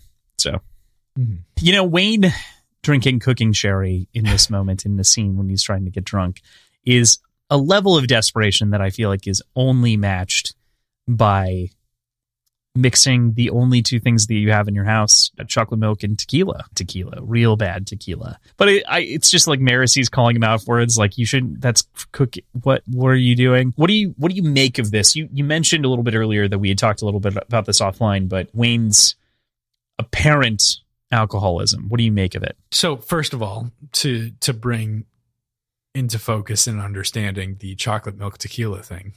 Oh yeah. This was Crossland and our friend Bill, after I had moved out of he and I's apartment. I was back at school and those two lived together, and we're having a Skype night because this is before Zoom or FaceTime or anything, or Discord. Yeah, so we're hanging out on Skype playing some League of Legends, I think, early on, and we're all drinking, but all they have is tequila. And this is at the point where, first of all, the tequila was shit. And second of all, it didn't matter because it was alcoholic, but we didn't drink good alcohol. But they didn't have anything to mix it with except for chocolate milk. And alcohol makes milk curdle, including tequila and including chocolate milk. So Cross and Bill drank chunky tequila chocolate milk. And it was the most horrifying thing I've ever seen on video. That's not true. But it was pretty fucking horrifying. And that's what he's talking about there.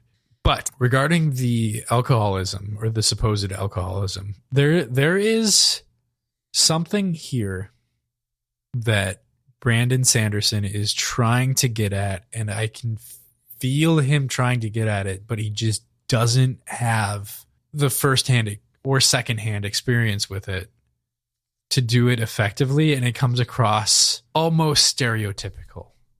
And I know he does a lot of consultation, and I know he does a lot of proofreading, but this seemed to just not hit the mark for me, and that's the description of Wax's dependency. And it's not necessarily a physical dependency, because we know he has gold to kind of pop him out of things and recover from things. But there's a neurological dependency for sure, trying to numb things. And there's a bit too much comedy surrounding it and not enough weight that the characters surrounding Wayne lend to it for it to feel realistic to me, if that makes sense. Definitely. There is a question, like if he's making such a big deal of this, is he going for alcoholism? And I feel like I agree with you on the dependency read.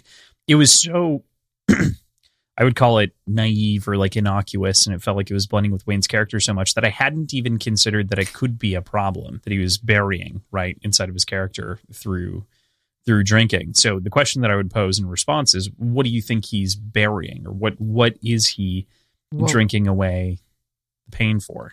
That's the thing. We know these. I don't feel like there was anything that was hidden. I felt like this has been really heavy-handed since the first reveal of him killing that man. Like I felt this about Wayne since the previous book. There are moments of it for sure. What I'm trying to say is that, why does this feel heavy-handed, and what do you think you're saying that you believe that he's trying to bury that killing from his past? I guess the heavy-handed part that I'm saying is, I guess it's hard to describe, because the heavy-handed part for me is the way that it's brushed off. You know? Right. Like it doesn't feel sincere because it's not addressed. The tone, yes, and the tone is as such that it is played as a gag, which is why it feels like a gag all the time when it shouldn't. And the only time it hasn't felt like a gag that I can think of is when he actually went to confront the kid and give the money. And that's the only time that the alcoholism wasn't played for a gag, but he just got sober before it. You know what I mean? Like, he just got sober right before it, and he used a superpower to do so.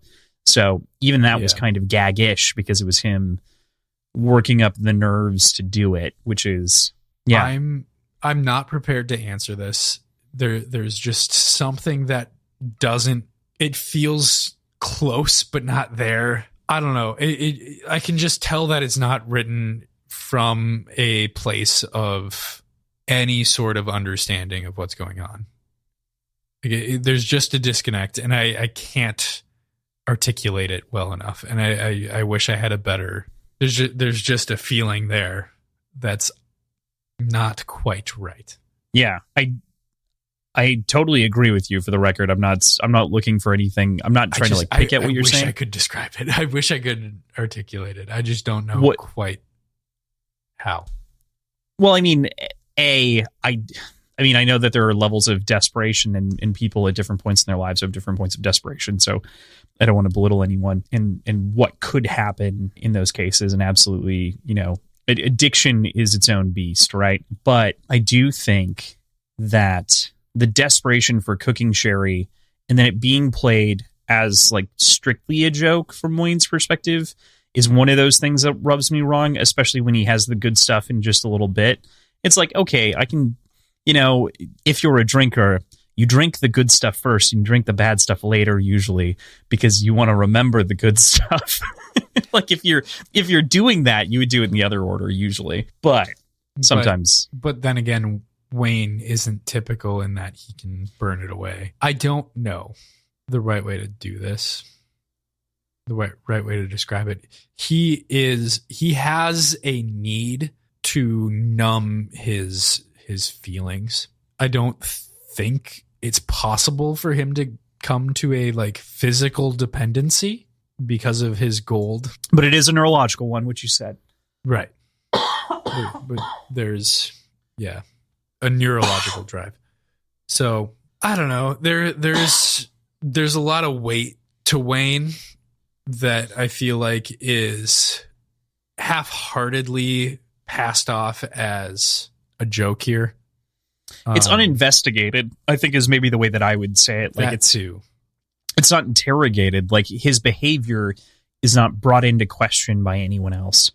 And Marcy feels like she's the one that would do it, you know? Yeah, or Wax. I mean, Wax does do it, but then he like brushes it off because he's like, he's just Wayne being Wayne. Yeah. You know. But and like I hope I eat my words here, and I hope that this is, I would love to see this be an arc for Wayne, but right now it feels half-baked. Okay. Yeah. You know, one of the questions that I always try to bring up and interrogate is, you know, I always try to think about these things as what's the author intention with this scene or this moment, and, you know, giving the author the ground of like, every author is trying to do something cool when they write it. It's not like they're setting out to disappoint you intentionally. No. Right. So if you approach it from the perspective of like, what you trying to do here? I don't know if he's aiming for a complex conversation on alcoholism. He's probably aiming for something that is a funny bit, but he's stepping on a giant grenade, which is this conversation about numbing yourself with alcohol. So yeah, using alcohol as the joke, using an addictive substance like that as the joke, means that you actually have to interrogate the joke. And that's what we're doing. And we're like, we wish you would interrogate the joke more directly. So I think that's where we're coming from on this.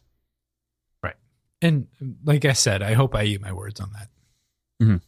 Well, yeah, we're not at the end of the thing yet. So, you know, we're trying to critique it in the moment and think about the ways that it applies going forward. With that, Wayne resolves to finally break it off with Renette. And it seems that maybe when he continues, like, it seems that he might be doing that, if that makes sense. Like, he gets this note from Marcy to move on, basically, and he internalizes that, and we see that play out a lot later as this confrontation with Renette, which we'll get into. But it's, again, as he's drinking the next bottle of wine, and he's kind of making some, like, 15-year, like, been seeing another woman jokes, and, you know, it's just a phase for 15 years. And there's a lot of that.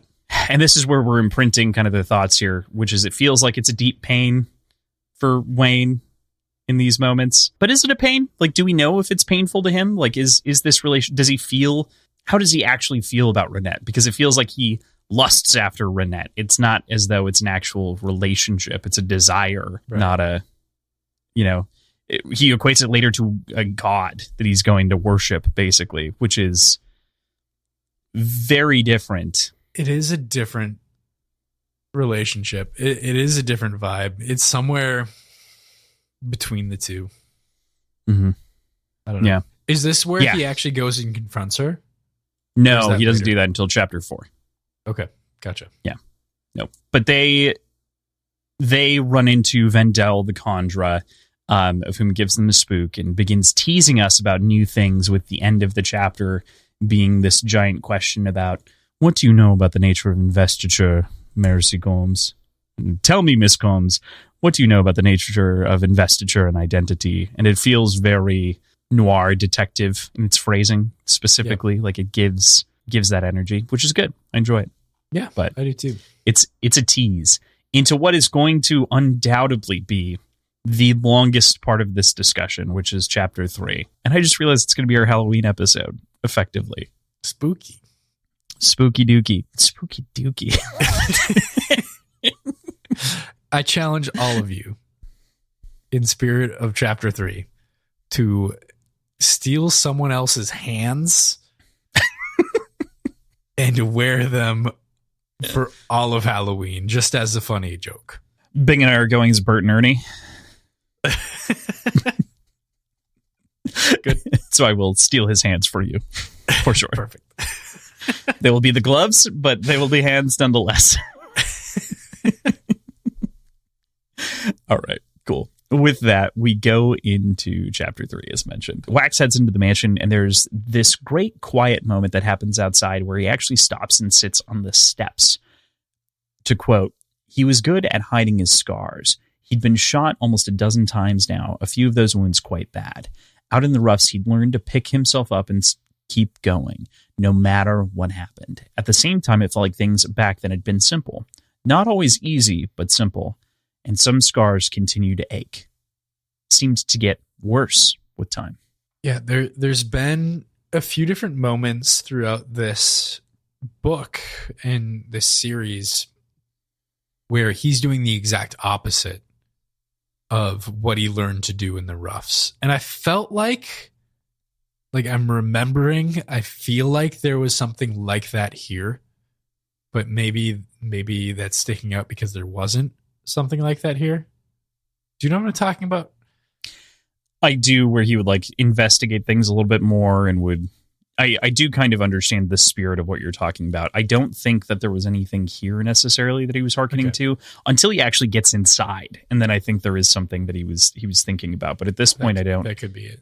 This is more of like a reflection of like, you know, I mean, the loss of Lessie still, and like the wedding setback, and like just kind of a general defeat that he's feeling in this moment 6 months later. Yeah, for sure. And we've had conversations about his scars here and there, but they'd never been enumerated. Oh, they specifically had been through Marasi from the first book in Alloy of Law, because there were 2 more than what she had historical record of. But was this even more than that?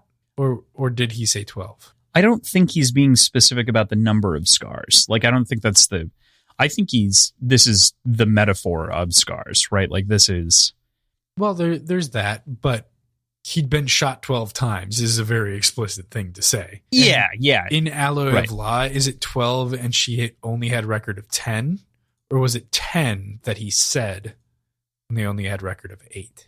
And he's been shot twice since. Oh, is that what it is? Yeah. Okay. Yeah. So it's adding, like, it's additive, it's cumulative. But yes, that's where that number discrepancy comes from, is totally the additional times that he's been injured between books. But I think his metaphor of scars and like taking this quiet moment. Yeah, the physical scars don't matter as much as the metaphorical ones. Learning to pick yourself up and keep going is, it's profound. It's heavy. It makes Wax feel more human than he does throughout most of the previous books. Mm-hmm. See him in this quiet moment. It does. It gives him... It's a nice reflection, because he seems to be a character that does care about worship, right? And faith to some degree, right? He is a Pathian and he does believe in his faith, except for now he's experiencing this trial of faith. And I think that this is a great example of, like, there's this added layer to this question for me, which is, were these scars, did I even earn these scars? Like, yes, I received them. Were they like given to me? Were they meant to forge me into something? Like, what the fuck is happening here? Because he feels manipulated by his god. This quiet moment feels more important than all of the other quiet moments that he has with Harmony previously, though. It feels more real, genuine. Yeah.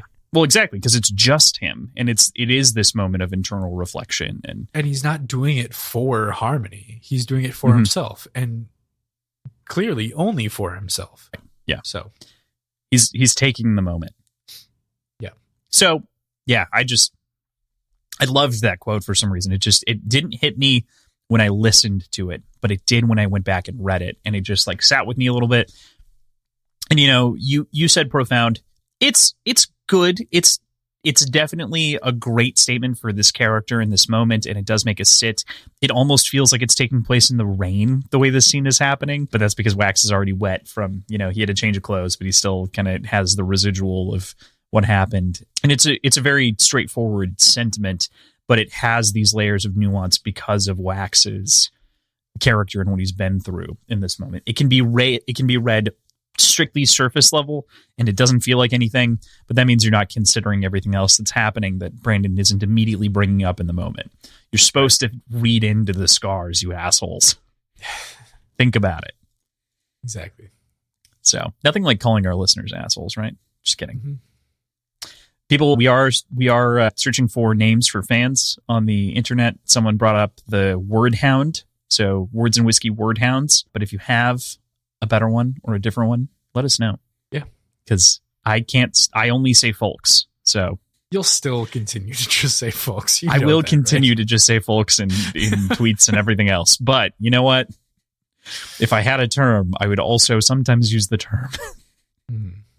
So he eventually enters, though, the mansion itself and finds it occupied by his friends, and Vendel, mentioned previously as the last book is like this kind of advisor to what was going on through Milan, and on a couple of different issues is kind of in the background for 2 chapters. Anyway, he brings out an image projector. And this is really interesting as a bit inside of the story, not only because the image projector feels like something ripped out of a different time frame, considering where we've seen how quickly we've seen technology advance since we've started this book to now. But it's interesting to me as well that Harmony keeps like leaking bits of technology that he's imagined or seen into the world in its own way through conversations with the Conjurer or what have you. I don't know. There's a lot. Yeah, I think first of all, I love this introduction to new technology on top of the radio mentioned before. Mm-hmm. The fact that this exists, has an automatic switch of photograph, of image, and they still can't fucking grasp how it could become moving pictures is insane to me.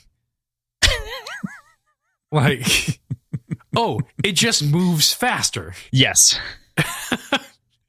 Right. If he had to go and switch out physically, like manually switch out the photo, it makes it more of a mental block for me for like, how can you make this a moving picture? Mm-hmm. But the fact that it's a moving picture, I don't know, man. Like the mechanism's there. It is very, I totally agree with you. This is very funny to me, is this being considered like basic or pre, and it does feel like a logical evolution, right, to some degree, but it does feel very backwards because this feels like something that's more out of, like, we've been talking, I mentioned it a couple of times, that it feels like we get like horror movie vibes in one moment, and then we have like noir moments, and then we have, you know, we kind of have all of these different genres, but now all of a sudden it feels like we're sitting in like Mindhunter or like CSI or something, and we're getting the briefing on the mission with the guy with the clicker and the projector. Like, that's what the scene feels like. And I feel like I've said 3 different genres tonight, and we're on chapter 3 or 4 different genres tonight. We're on, chapter 3 at this point. So it's just like, wow, where are we at tonally? Yeah. Yeah, for sure. I'm still trying to get a good way to nail down what's going on with the advanced technologies. What we can clearly see, though, is that Harmony feels bad. Like, he's stuck in this place where he feels bad that he's coddled these people too much, that they haven't gone out and discovered things on their own. Mm-hmm. And feels the need to give them the things that they would have discovered on their own. It's like those are 2 combative ideas, and he's inhabiting both at the same time. Like, feels the need to give them this technology, but wishes that they could, like, laments that they haven't come up with it. Mm-hmm. It's so interesting because it's another one of those like dueling ideologies kind of that you can say that like Ruin and Preservation have inside of him in these moments, right? Where it's a complexity where it's like, do I intervene? Do I not intervene? What the fuck do I do? Right.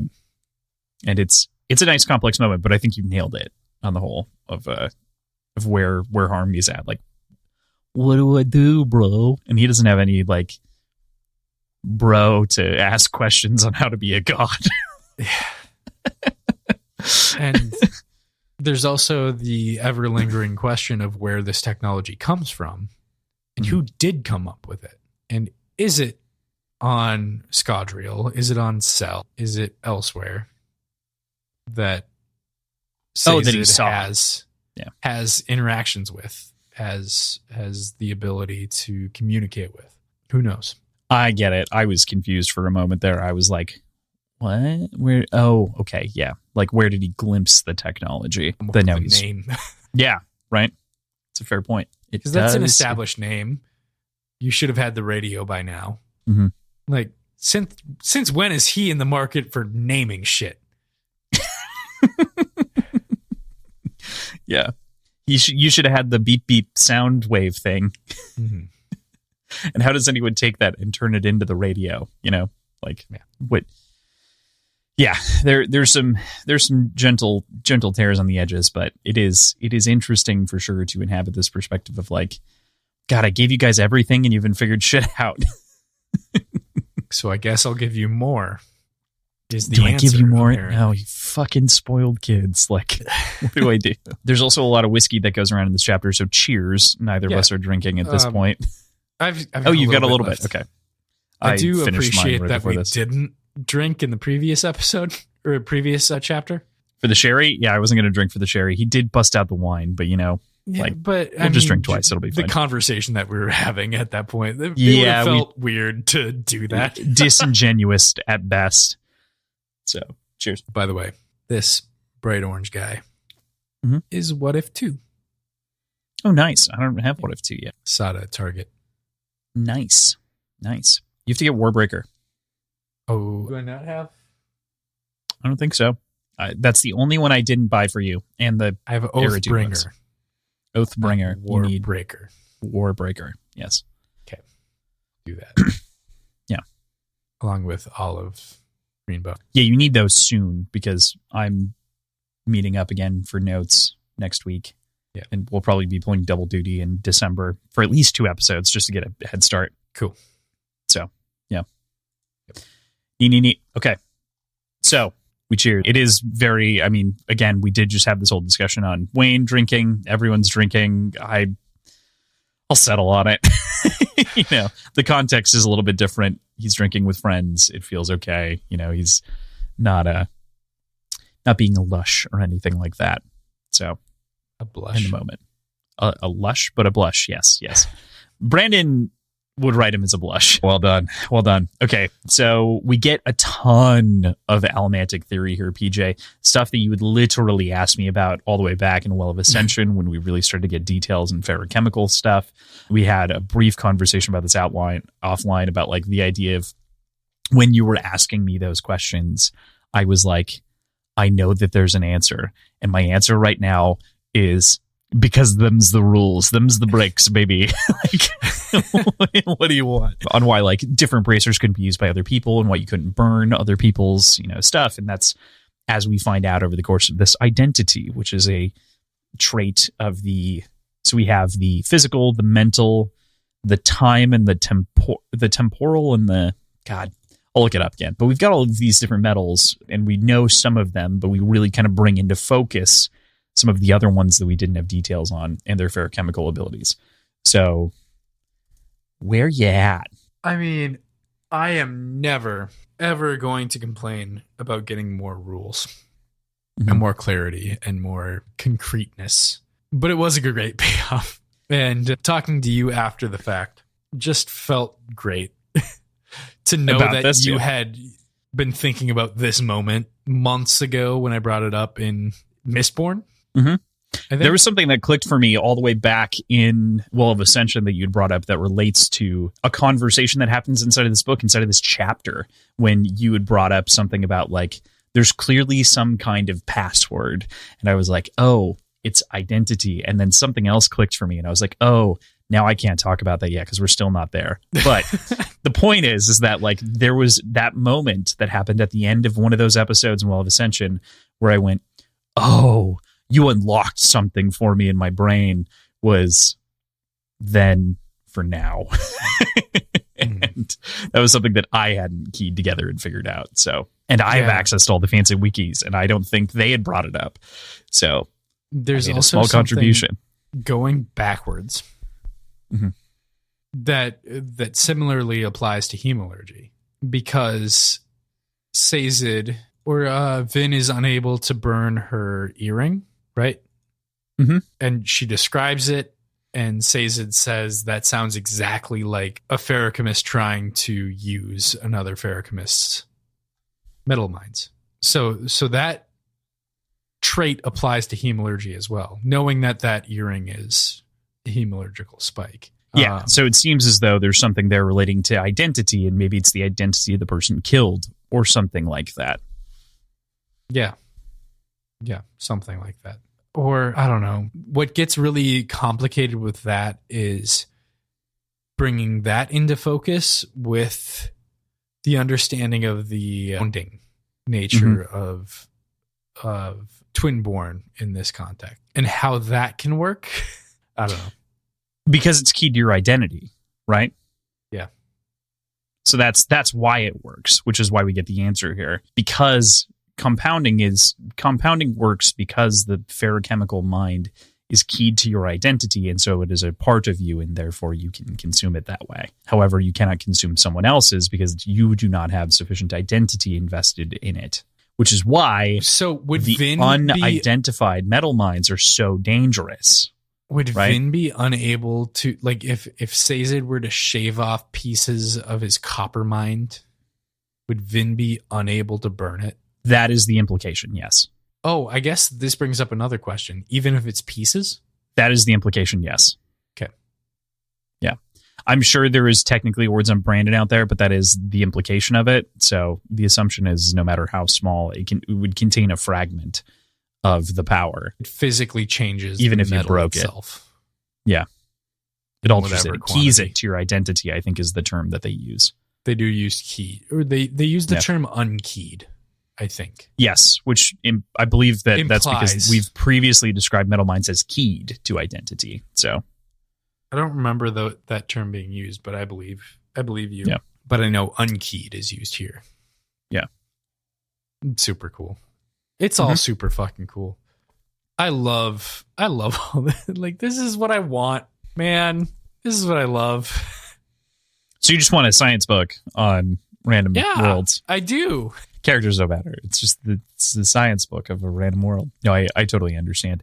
And that's, I do really like the rich history that's painted here, the sort of tapestry that we get, right? Where it's like, the reason aluminum wasn't really prevalent before, but now is because it went from just being in the top of the ash mounts to something that was readily available when Sazed dissolved them and remade the world. And so it's why aluminum is much more prominent now and will be going into the future, and why a lot of these other metals weren't even discovered, even though the Lord Ruler may have known about them and what. So we also get to the problem here. Wait 1 second. There's something that I wanted to read here. Yes. Okay. So the raw power, just a little quote here that I really think is important here to bring up too, because it's mentioned, but not necessarily given a whole ton of time or weight. The raw power of both allomancy and ferochemy, Vendel said, is something we call investiture. This is very important, as in ferochemy, an individual's investiture is keyed specifically to them, to what we call identity. And then he mentions the metal minds things. After a fashion, changing the image to one of the ferochemist's tapping strength. Again, changing the image. He's flipping the thing. Why isn't this a movie? You know, you're moving the photo, you asshole. The woman's muscles has grown to be several times their normal size as she lifted a horse above her head in the photo. Each man or woman has a spiritual aspect, a piece of themselves that exists in another realm entirely. You might call it your soul. Your investiture is keyed to your soul, and indeed, it might be a part of your soul, much as your own blood is a part of your body. So the term identity was also used in a way that made me feel like it could potentially be altered. Is that the case? Or is identity static to an individual? That is kind of what's being posed here as a question, right? Okay. Is that, could you store your identity then in theory and give access to someone else in your metal mind, or give someone access to your spirit in some way? You know? And what does that make you? Could you take on a different identity to use someone else's abilities or metal minds? Like if they stored their spirit, could you swap? Is that your soul that you're putting into the metal mind? Like what does that look like? They haven't been able to test that necessarily. That seems to be what it potentially could be, because they can't find the ferochemists because they're very rare and the metals are rare, and you know, it's not something that's easy to test for. You need a full ferochemist in order to do that effectively. Yeah, because you would need to. Right. Because you need to test a couple of these combinations. And the only way to get there is through breeding over time, you know, as they've been kind of talking about, or seemingly hemalurgy, which brings us to our problem of the story, which is a combination of things that have been going on in the background. Theft. One is the set. We'll get to the hand theft, but that brings us to a couple of different things, right? Like we've got the set of whom we know have been stealing people. We know hemalurgy before has been important and kind of lingering in the background. We know that Marsh wants it to be on the front of our character's mind in the way that he shared the book that they later open up the safe and reveal inside of this very same scene. But that there is a genuine fear that with hemalurgy, someone could build a full ferochemist and full Mistborn and then be able to do something with that. I would. Yeah. Like, of course you'll be able to do something with that. I mean, like, you'd be able to use the identity, and that you'd be able to do some of these funky shenanigans. As you should. But who should control that is a question. You know, in a very similar way. No, well, right. Exactly. So this is kind of like the first to a nuclear arms race, right? Like, that's kind of what this is beginning to feel like. Is, you know, I made the illusion of this feeling like an FBI scene or like a pre-war scene or whatever, something out of like that era of movie with a guy with a clicker. This feels like we're setting ourselves up for an infiltration mission to go get a thing because we don't want the enemy to get it, because they're going to blow us up if they get it. But it's also heavy to know that we have it too. Mm-hmm. Right. Yeah.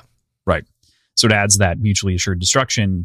Not mutually assured destruction, but, you know, an imbalance of power potential here as they go with these things. Or we'll get to the things themselves, but it's a very compelling story beat to say that there's a lot on the table here. We don't want someone to get to it first. That could be bad. There is. So Vendel has Breeze's hands. You've mentioned it before. Wax shook them earlier. Very funny. Wayne shook them earlier. It's very funny.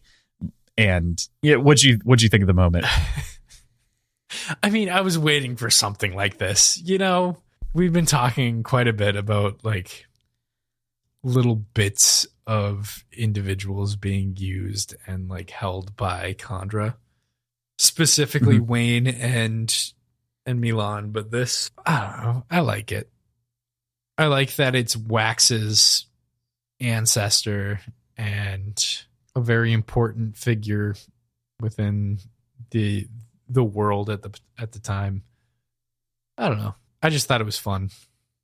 Kind of funny. I think it totally is fun. Creepy. Yeah. I definitely agree with you. I think it's great. I think it's creepy. I think it's funny. It's wonderful. Okay. So we get to some crazy shit here that I think is going to take a while for us to talk about. All right. So getting back to it, Vendel names a bunch of old relics. A couple of these we kind of know, are aware of. We've got the Bands of Mourning. We have the Lady Mistborn's knives, of which we can definitely understand. Bands of Mourning we understand to be the Lord Ruler's bracers. The Lance of the Fountains, which is maybe more of a question. Used by Kelsier to try to kill the Lord Ruler? Yeah, I think it's the other way around. I think it's the lances that the Lord Ruler kills. But yes, effectively. Yeah. So the Lance of the Fountains, as well as the 4 people of whom held the power of Ascension: Rashik, the Survivor, the Ascendant Warrior, and Harmon. So there's a lot here in terms of like a history gap-filling question mark. And you have to know, I can't answer some of these, but like, throw all the shit at the wall. I mean, we know 3 of them. Like, there's no way Rashik didn't. We know that contextually to be true. Mm-hmm. And we've experienced the other 2. So that all that leaves is the Survivor, Kelsier, which we never knew to hold the power, but I don't see a reason why that doesn't make sense. In that, I feel like we've had a conversation about Kelsier not being a natural Mistborn to begin with. We have never had a conversation about him not being a natural Mistborn. Yeah, we have. No. If we did, I did not agree with you. All right. Well, I feel like I've made speculation on this before. Okay.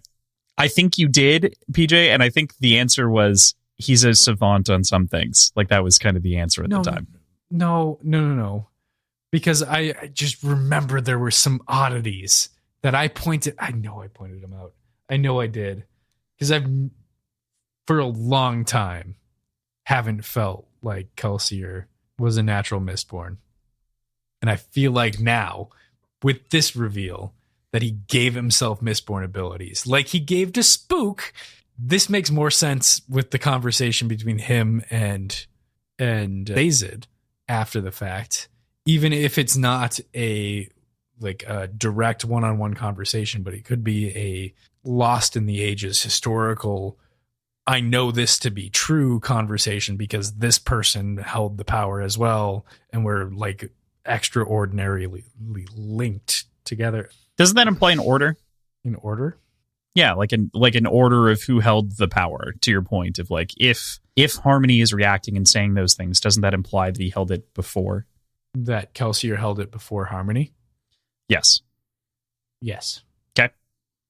That would imply that, yes. Yeah, I'm just making sure I'm drawing clarifications. I feel like a fucking conspiracy theorist. Well, you kind of have to be at this point, so I understand. The other part about this that is very tricky, right, is that there have been some mentions, just little tiny ones, in the previous couple of books that I haven't pointed my finger to about this same shit, that it's like, So is it just nice. me like picking up on it and not actually bringing up? No. Show? So that you don't have like a fully concrete answer or anything crazy like that. But it specifically has said that the survivor held the power before Sazed did at some point. That it said. That you may have missed. But that's it. I forgot what we were talking about. So about the survivor. So we got the Bands of Mourning, which we know to be Lord Ruler's bands. Lady Mistborn's knives. We know those things. Sharp knives. It's the sharp. We've Fancy ones. talked about. And then, so we've got Rashik. We've got the survivor holding the power of Ascension. Mm-hmm. My immediate go-to was, he found a well and gave himself Mistborn abilities. But we know specifically I know. well. That's then where my okay. brain went. To answer your question, why isn't Elend on this list then? Because he did get a nugget. Wait. No, he didn't. Elend got his powers from a nugget. Not from the well. That's a nugget. That's different. I'm saying that this is where my brain went, was that he found a well and then but there's only one power well. And in while he was holding the power of preservation, gave himself Mistborn abilities. But there's only one well of ascension. That's the thing. I don't know that. I don't know that for sure, man. I'm just telling you where my brain's at in trying to make sense of this sentence. Sure. Yeah. Yep. Okay. All right. I don't All right. I'm trying to rationalize it. The closest excuse that you can come up with is there are multiple wells. We know there's multiple pools that are identical or described identically. Uh-huh. They don't exist on the same planet, but they do exist. Mm-hmm. Could that be a thread to pull on? I don't, for the record, I don't think it's unreasonable. I don't think the sweater you were unraveling, but I wanted to make sure because it felt like you were going in a very different direction with the wells theory with the pits. And I was like, that's a little chaotic and I should not. That's a little too chaotic. Because I do occasionally get emails of why didn't you rein that one in? And it's this one, it's maybe I should rein it in a little bit.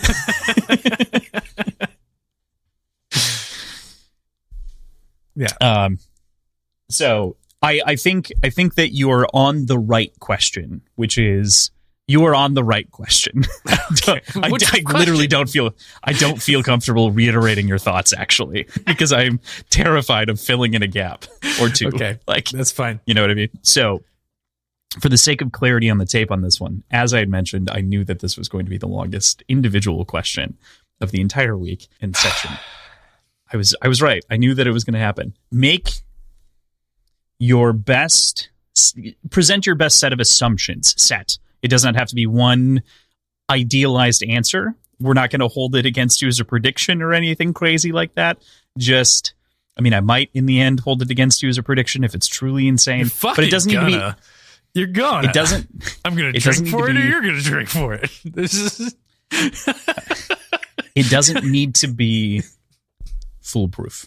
You can have multiple. I'm giving you carte blanche at the moment for guessing this shit. So theory number one that we can definitely espouse at the very least and put on the board was there was something fucked about Kelsier's Mistborn hood. I'm giving you all the thumbs down, but we'll put it on the board. Now we need the other theories. Specifically, this idea of holding the power of preservation is tied to Hoyd and the puddle jumpers. The puddle jumpers. I don't know what else to call it. I think that's actually really reasonable, given what you know. That'll do. Okay. Any... Cool. That's not right. Other Mistborn abilities. There. All right. For the crowd at home, here's how we're summing it up. This is potentially tied to Hoyd and the Puddle Jumpers, or it has something to do with Kelsier's circumstances of actually becoming a Mistborn and snapping, or something fucky about the wells. And multiple wells, notably. Multiple wells. Yeah. One on this planet, but that we know of. Okay. All right. There we go. There we go. We have all of these artifacts, right? We've spent a lot of time talking about the last thing. I knew we were going to talk about the last thing. We know about the artifacts. Do you have any thoughts on the artifacts, and what do you think that there's anything special to them beyond the Bands of Mourning, of which we have this belief that there's potentially something special because they are the Lord Ruler's old ones, and obviously other people are chasing after them because of Relur's condition that we'll talk about in a moment. But what do you think? Do you have any other thoughts about the Lance of the Fountains or any Mistborn's Knife? I mean, I believe the Lance is a hemalurgic spike as well, killing Kelsier and potentially stealing something from him. I think that's possible, and it does give a lot of power to the lance, right? Mm-hmm. But hemalurgy is so precise, as we know and understand it, right? And it did feel like a random killing to like pull the spear out and then stab him, but maybe it was more precise than that. We're dealing with a god, more or less. Like not technically, but almost. No. Yeah, I know. You're like I understand. It's hard to write anything off there. Well, exactly. That's why I was trying not. I was just like, it seems, it's meant to be precise. It's it's described as an art, but, Lady Mistborn's knives, are they her glass knives? I would assume so, because they're not really those are the only ones that she had. And she's not really described. She pretty frequently uses. She has knives all the time. She throws them. She uses them. Yeah. But not. She uses them a lot against Inquisitors. Yeah, that's true.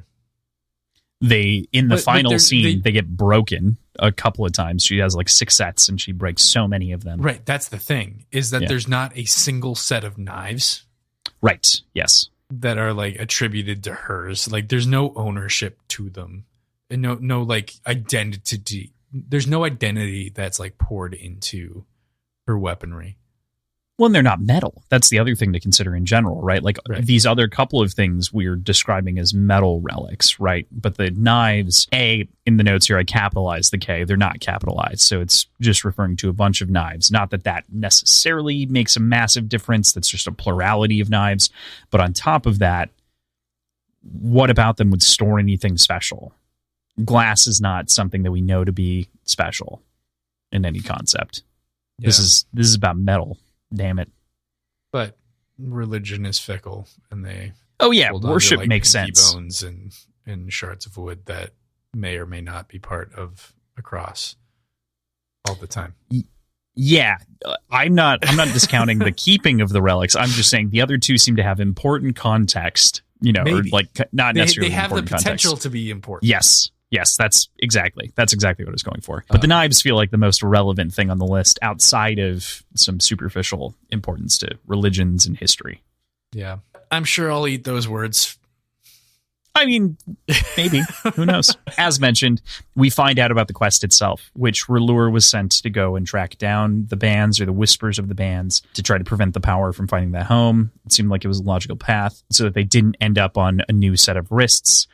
He goes to New Saren and to find that, and our folks are also going to be sent to New Saren to go find his spike to repair that and hopefully bring Relur back so that they can have a conversation about what exactly happened, how he got his spike removed, and the twist, of course, is the final slide that is remembered here, which is that Telsin lives as well, that Wax's sister is alive and well, and seemingly maybe in captivity, being that she is being walked away by guards.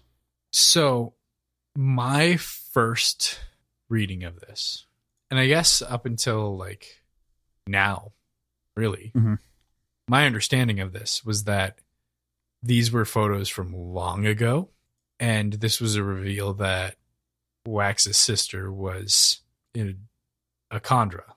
No, these are recent. Okay. I misunderstood Yeah. this. Not only that, but we do know context from Alloy of Law that Telson is alive. This is a location and a lead on her. I did misspeak that a little bit. The epilogue of Alloy of Law, Edwarn explains that she's alive and then reiterates it in Shadows of Self. And here, it's now that there's a lead on her location to begin with. Gotcha. I totally pulled this as a what the fuck's happening here? How is she still there? And it's like 80 years ago or something and looks identical. Yeah. So no. This is a recent picture. This technology is relatively new too. So, I mean, new to them. Yes. I mean, you know what I mean? Like, you know where I'm coming from on that? Yeah. They describe the dress and the garb too, though. So there are signs that this would be relative. It's all good though. That's fine. That makes sense. Yeah. I just completely misunderstood it.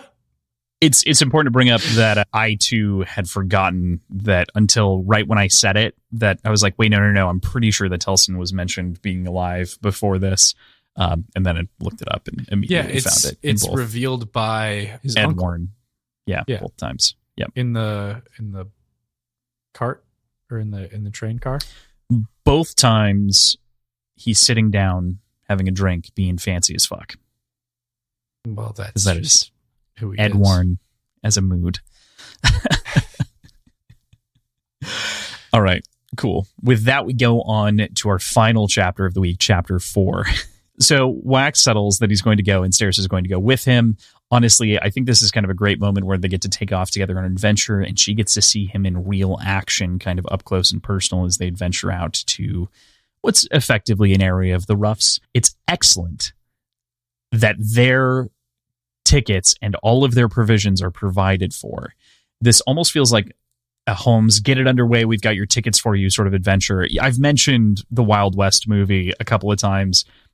I actually cannot get that image out of my mind. This entire thing reminds me of all of the setup of the Wild West movie with Will Smith. And now I'm going to need you to watch it within the next week so we can talk about it, because it has just hit me like a flash in the pan now that all of this feels like all of the acts of the first part of that movie, the more that I think about it. And it is now fucking me up.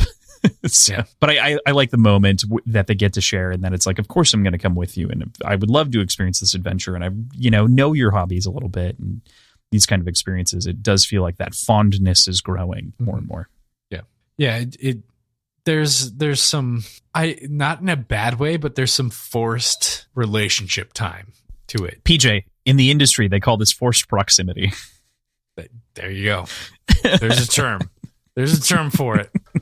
There's a whole genre, man. Or subgenre, whatever you want to call it. But yes, this is definitely, you're right. This is forced proximity to some degree. I'm just glad I got the term forced. You basically nailed it. That's why I was like, forced relationship time. I was like, yeah, that's, well, actually you don't know, because you don't know fucking Hunger Games. I can't even use like really basic touchstones in culture for you sometimes, like for people of our age, which fucks me up every once in a while. Okay. Hunger Games is a forced proximity love story in its own right, but we're going to set that down. I do enjoy the little comedic bit that happens when, they're told that they only have 4 hours and Steris kind of just shouts, I need to make a list. Call everyone up to like get everything packed real quick. It's a great little funny moment. Yeah, it is. That happens inside of this. It's true. Like, it's true to her. It's exactly what she would have done. It's funny. It's a funny moment. Mm-hmm. Yeah, it definitely is. It's good. It's exactly where it needs to be.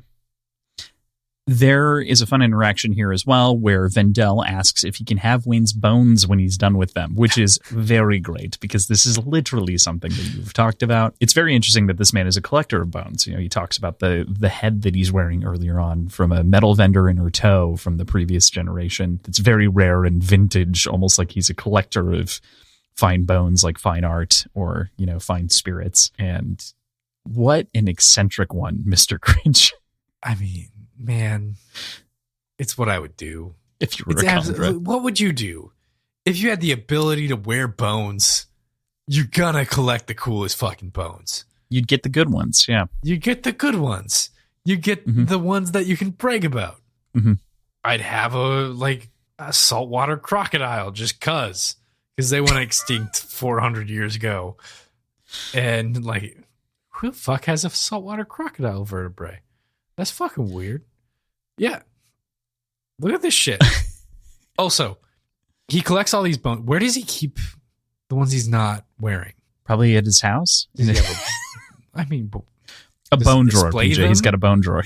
Does he have a drawer, like a junk drawer? Does he have a bucket, like a big old tub, a big tub of bones? Maybe more of a sack or satchel? I hope it's a sack or satchel. Are they in shelves and drawers and cupboards?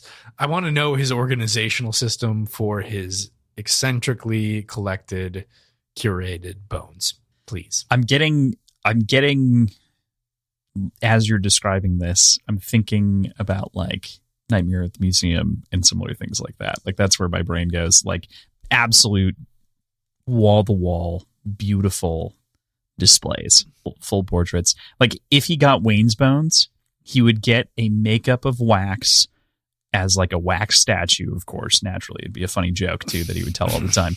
And then he would get copies of the books and stories and histories that were written about him and put them in a shelf right next to him, display prominently with a page open there, and so that you could approach it and read it and reflect on that story. Like that's how I imagine Vendel so in framing that scenario, everything. Mm-hmm. Are the bones loose or are they displayed as a skeleton? As a skeleton. Yeah, entirely as a skeleton, like made up into scenes, right? Which is especially interesting when you consider the fact that he has just the hands of Breeze. So in Breeze's display, there's just some bones and maybe some fancy gloves that he wore or something like that, some aged gloves. He was given the hands specifically, though. Mm-hmm. Because Breeze didn't give him all his bones. Breeze gave him his hands. So, oh man. That's what I'm saying. So like specifically if he's just given the hands and you're just displaying those, you're putting them in like a glass case and you're maybe putting them in I think you'd put them in some aged gloves that are from the time period that Breeze would have worn or could have been imagined wearing. And because they're well worn, you might have your fingers and your phalanges poking out the other side. Okay. So the bone collection is very interesting. I think there's some implications there that I'm attributing to Breeze that shouldn't be. Perhaps. It's a glove. You know, and I'm just saying this as a reflection on like, do you put it in a glove to like display it and, you know, give him like the purple gloves that he probably wore at the time. And, you know, it's all talking pieces because we know Vendel is a hoity-toity Khandra. And so when he invites people over, he's definitely a who are you wearing person, but he's not asking about a designer unless it is literally the bones of the designer. I was going to make fun of you for hoity-toity immortal, but that's so much better. The who are you? As I was coming up with it, I laughed without laughing out loud. PJ saw it and was like, what the fuck are you going to say? And then he freaked out when it was actually good. A little background for everyone there. Yeah. Oh, okay. So we move on from there to kind of the end of this, which I think we can sum up pretty quickly. Wayne goes on a quest and he needs to get this accomplished before he takes off.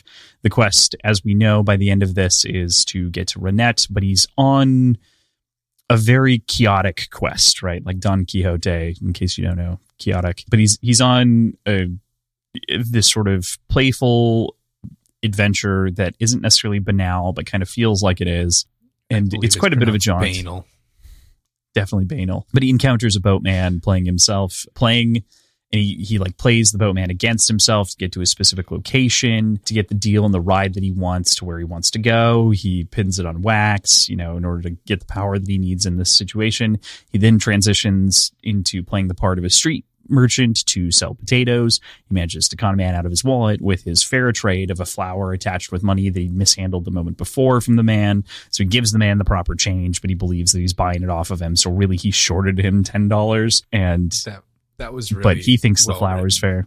It was very clearly written, which is impressive for a very confusing scene. Intentionally confusing, but it's a perfect sleight of hand from in Wayne's text. perspective makes us able to comprehend it. Yeah, it was a wonderful sleight of hand in text. It totally made sense. It definitely worked. And that's something hard. The only thing in this entire sequence that is confusing to me, I want to make mention of, is the conversion, the changeover that happens from the boat to the street vendor, because it happens in like 2 lines. And that was, I got confused and had to back up like 3 times. Same.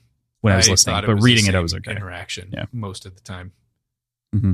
That took a bit. It was a quick transition, but yeah, that's a great moment. And then there's kind of the final moment that happens, or the final 2 beats of this that happen, which is with the lady on the street who's hungry and the meat buns. He manages to go in, finagles that, of course. And then we move on from that scene and trade onto the cop giving parking tickets. And man, Wayne just thinks that shit is evil. And you know what? I agree with them. Yes. He runs, and the woman follows up on her side of the deal and throws one of the meat pies at, or does he throw the meat pie? I forget. I can't remember. I think she throws it when he's chasing already. So like he gets distracted, but continues and is behind. So yeah, just a great sequence of moments here that happens. I like your description of quixotic as far as this quest goes, because it is nonsensical and grand, but only from the perspective of the perceiver. And right. Great call. I had such a hard time describing it, and I'm glad that I landed on quixotic, because there is part of me that thinks that this is really facile. Like, this is a very it's a convenient set of things that happen exactly perfectly, so much so that it feels absolutely unreal.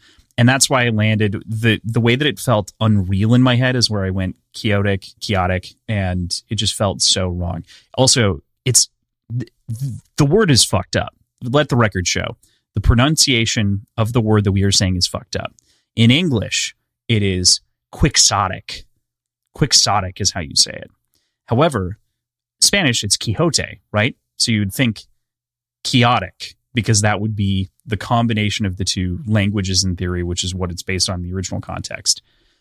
But it's supposed to be quixotic, which is fucked. Is that actually is that a real word? It is a real word, yeah. Is it technically pronounced quixotic? Yeah. That's fucked. In Merriam-Webster's. I don't like it. Yeah, I know, which is, I'm going to keep saying it however the fuck I decide in the moment. So, just like Don Quixote would want, you know? Quixotic. He'd want you to pronounce it differently every time. Quixote, I think. Quixote. Exactly. I think that's how he would pronounce his own name. You're probably right. Anyway, yeah, it's a great series of beats, but it is also sometimes in moments just that. It's a series of beats, and it does feel unreal and almost fable-ish, which is cool. Like, I think it plays well, and I don't have any issues with it. Like we said, the sleight of hand that happens is some of the best shit. It's one of the best sleight of hands I've seen in text, but cleanest, I should say. Yeah. But yeah, so he finally, did you have anything else in that sequence? No, I don't think so. Okay. He finally arrives in the scene that he's been, kind of chasing through, which has been this offering to his god, which we know to be this notebook. He borrows a pen real quickly to write down in the notebook, I forgive, a thank you, and I'm sorry. It's kind of an apology. A goodbye. Yeah, there's like a lot of different contexts to the note that he actually writes down on this, but he calls his god notebook. Yeah, right. And it's like that's where like facile also doesn't work, because he obviously kind of fucked up. It didn't all go perfectly according to plan. But he calls her a jealous god, and there's a lot of interesting context from Wayne's perspective. And it's one that pays off in a semi-sweet goodbye moment. Our payoff is worth every beat here. I think, again, this beat more than any of the other ones in any of the other books is played for more laugh than it should have been, because it does have it has a joke too far. And we talk about this a lot in our D&D show, but we often go one or two jokes too far, and they always end up being cut 100% of the time. This feels like he was pushing it, and if he had actually settled the way that he says that he was, it feels like he wouldn't have pulled the joke in this moment. Later, in other interactions with Renette down the line, I can see him like joking back towards this and like making similar context jokes that feels like it fits with the character. But in this sincere moment that is supposed to be him moving on, he makes a threesome joke at the end and then asks to forget that. And it's like, okay, asking for forgiveness, good, but was it a necessary beat? It fits with character, but I don't know.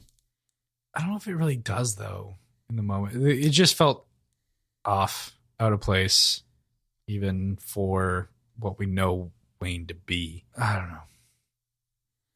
Yeah, I think if I compare this to... Sorry, he's so self-aware of his infatuation with Renette, and at this moment, the unrealistic nature of that infatuation. Right. That this departure from that self-awareness just feels weird. Yeah, I definitely agree with you, and that's why I think I have the most trouble with this, is because if I draw comparisons between the scene with the child of the father that he killed, right, the daughter, to this, in this moment, they're on different scales, right? But they should still they have approachable meaning for Wayne in different ways. These are different relationships that he has and maintains inside of his life. This is one that he's moving on from. It's not to say that you can't move on with humor. I think he nailed some of the humor, but he does.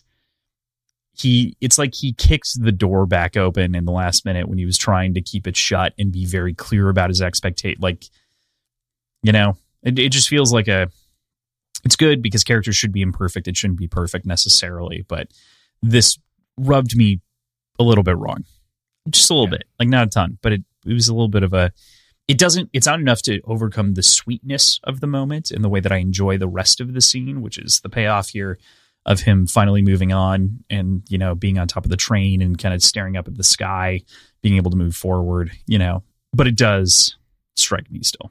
Yeah. Yeah, I agree. Yeah. So I mentioned this, of course, there's the final con with the wallet and its value, and he manages to throw it into the drain and then tell the guy that he can keep it if he drives him to where he needs to go. And, it's a great final con that's been set up this whole time to, give him something as a trade again, which is lovely. He's humming The Last Breath this whole time as well. We get kind of a tease at the very beginning of the chapter, which I think is lovely. And then throughout, and Renette, as he's walking away, asks, what are you humming? And he says, The Last Breath, the first song that I heard when I saw you, I believe is what he says. When we met. When we met, yeah. And he's humming it all the way to the end. He gets on top of the train, and it's a lovely scene. And that final line of this chapter, I really adore. It's really easy, but it's eyes forward, back turned towards the past. And I mean, it's just great. It's a great way to end a part. It's a very strong conclusion for Wayne in burying that relationship, but still, even though it wasn't really a relationship to begin with, that's the other fucked part about this whole thing, is it's like, this is a worship ship. But it's good that he moved on. Also, that last line is applicable to almost every character, and particularly Wayne. Well, obviously Wayne, but particularly Wax on top of Wayne. Mm-hmm. Like, it's pretty universal, and I think that's why it makes such a great, powerful end to a part, despite it being unique to a single character's perspective. Yeah, exactly. Right. So it's not only it is Steris's ability to turn away from all of the failures of the marriage and be like, well, the marriage isn't necessarily about the ceremony. It's about, we'll eventually get the ceremony or whatever, but it's about us as a pair, which she does in wanting to go on this adventure. And it's about, Wax facing forward and moving on from Lessie and kind of the pain of the past and the scars that he has that we talked about in the last section. For Wayne, he's got some things that he still is atoning for in the past, but at the same time, he's able to move on and be open to new things, and has at the very least acknowledged a serious problem in his worship and like just bad behavior towards Renette. I don't know. There are other ways to put it. I'm sure there are more eloquent ways to say it, but his poor behavior. Any other thoughts? No, I think we spent 4 hours outlining our thoughts today. Well, I know, but I mean, did we spend 3.5? Was it 4? It was closer to 4. But cool. All right. Sounds good. So we don't have any answers here yet for any of the predictions. So we just hold on those. Hold on those. We're adding the one, of course, about the well and the weapons and kind of things related there that we talked about for 45 minutes. It feels like if we don't pay that off in some degree, we haven't earned people's time. It's probably not going to be that long when it gets to the cut because we typically simplify things. But yeah. So with that, next week we are reading Bands of Mourning, chapter 5 through chapter 12. Again, Bands of Mourning, chapter 5 through chapter 12. PJ, I don't mean to be pages. I don't mean to be the bringer of bad news here. They're all kind of long ones for this book. This book's a little bit longer week to week because we really wanted to squeeze it in before the Lost Metal release. So, and then I realized that we should do Secret History. It works out just about perfectly because it gives me about 2 weeks to digest the finale and then week and a half maybe, and then to roll into it after that. So it's going to be perfect. All right. So that's where we'll leave you for this week. Thank you, as ever, to our producers, Tim and Andrew, for helping us keep our show's lights on. Also, you can check out our show notes. You can find our schedule, our Patreon, our previous episodes, our websites, our socials, all in one convenient location. Yes, you absolutely can. As PJ mentioned, if you want to find us specifically, if you don't want to follow the silly links tab on our website, you can go to Words Whiskey Pod on Twitter, Instagram, and Reddit. Words and Whiskey. You can send us an email, wordsandwhiskeyshow@gmail.com. You can join our Patreon at patreon.com/words-and-whiskey. Wow. I only had the one cocktail and I just cannot talk at the end of the night. Beyond that, you can find our t-shirts at TeePublic. Follow the link as mentioned previously by PJ. Leave us a review if you can, as well as any of the other podcasts that you listen to. Not if you can. Fuck you. Leave us a review. And check out some of the other shows on the network right now. We are in a process of rolling out more and more things that are going to be coming out in the future. We have a new project on the horizon that neither of us are necessarily a full-time part of, which will be fun and exciting because it'll be, I mean, obviously HowlerPod as well, but in addition, it'll be like kind of a first new foray into production for us. So it's gonna be a fun time. Very excited. When you're going through those reviews, remember while you're filling that out that if you don't give us 5 stars, Erin will haunt you. She will find you and she will mutilate you. Just in your dreams, but it'll feel real. Terrifying. Thank you so much for your support. It really does mean the world to us. And I cannot wait to come back next week. For next week. See ya.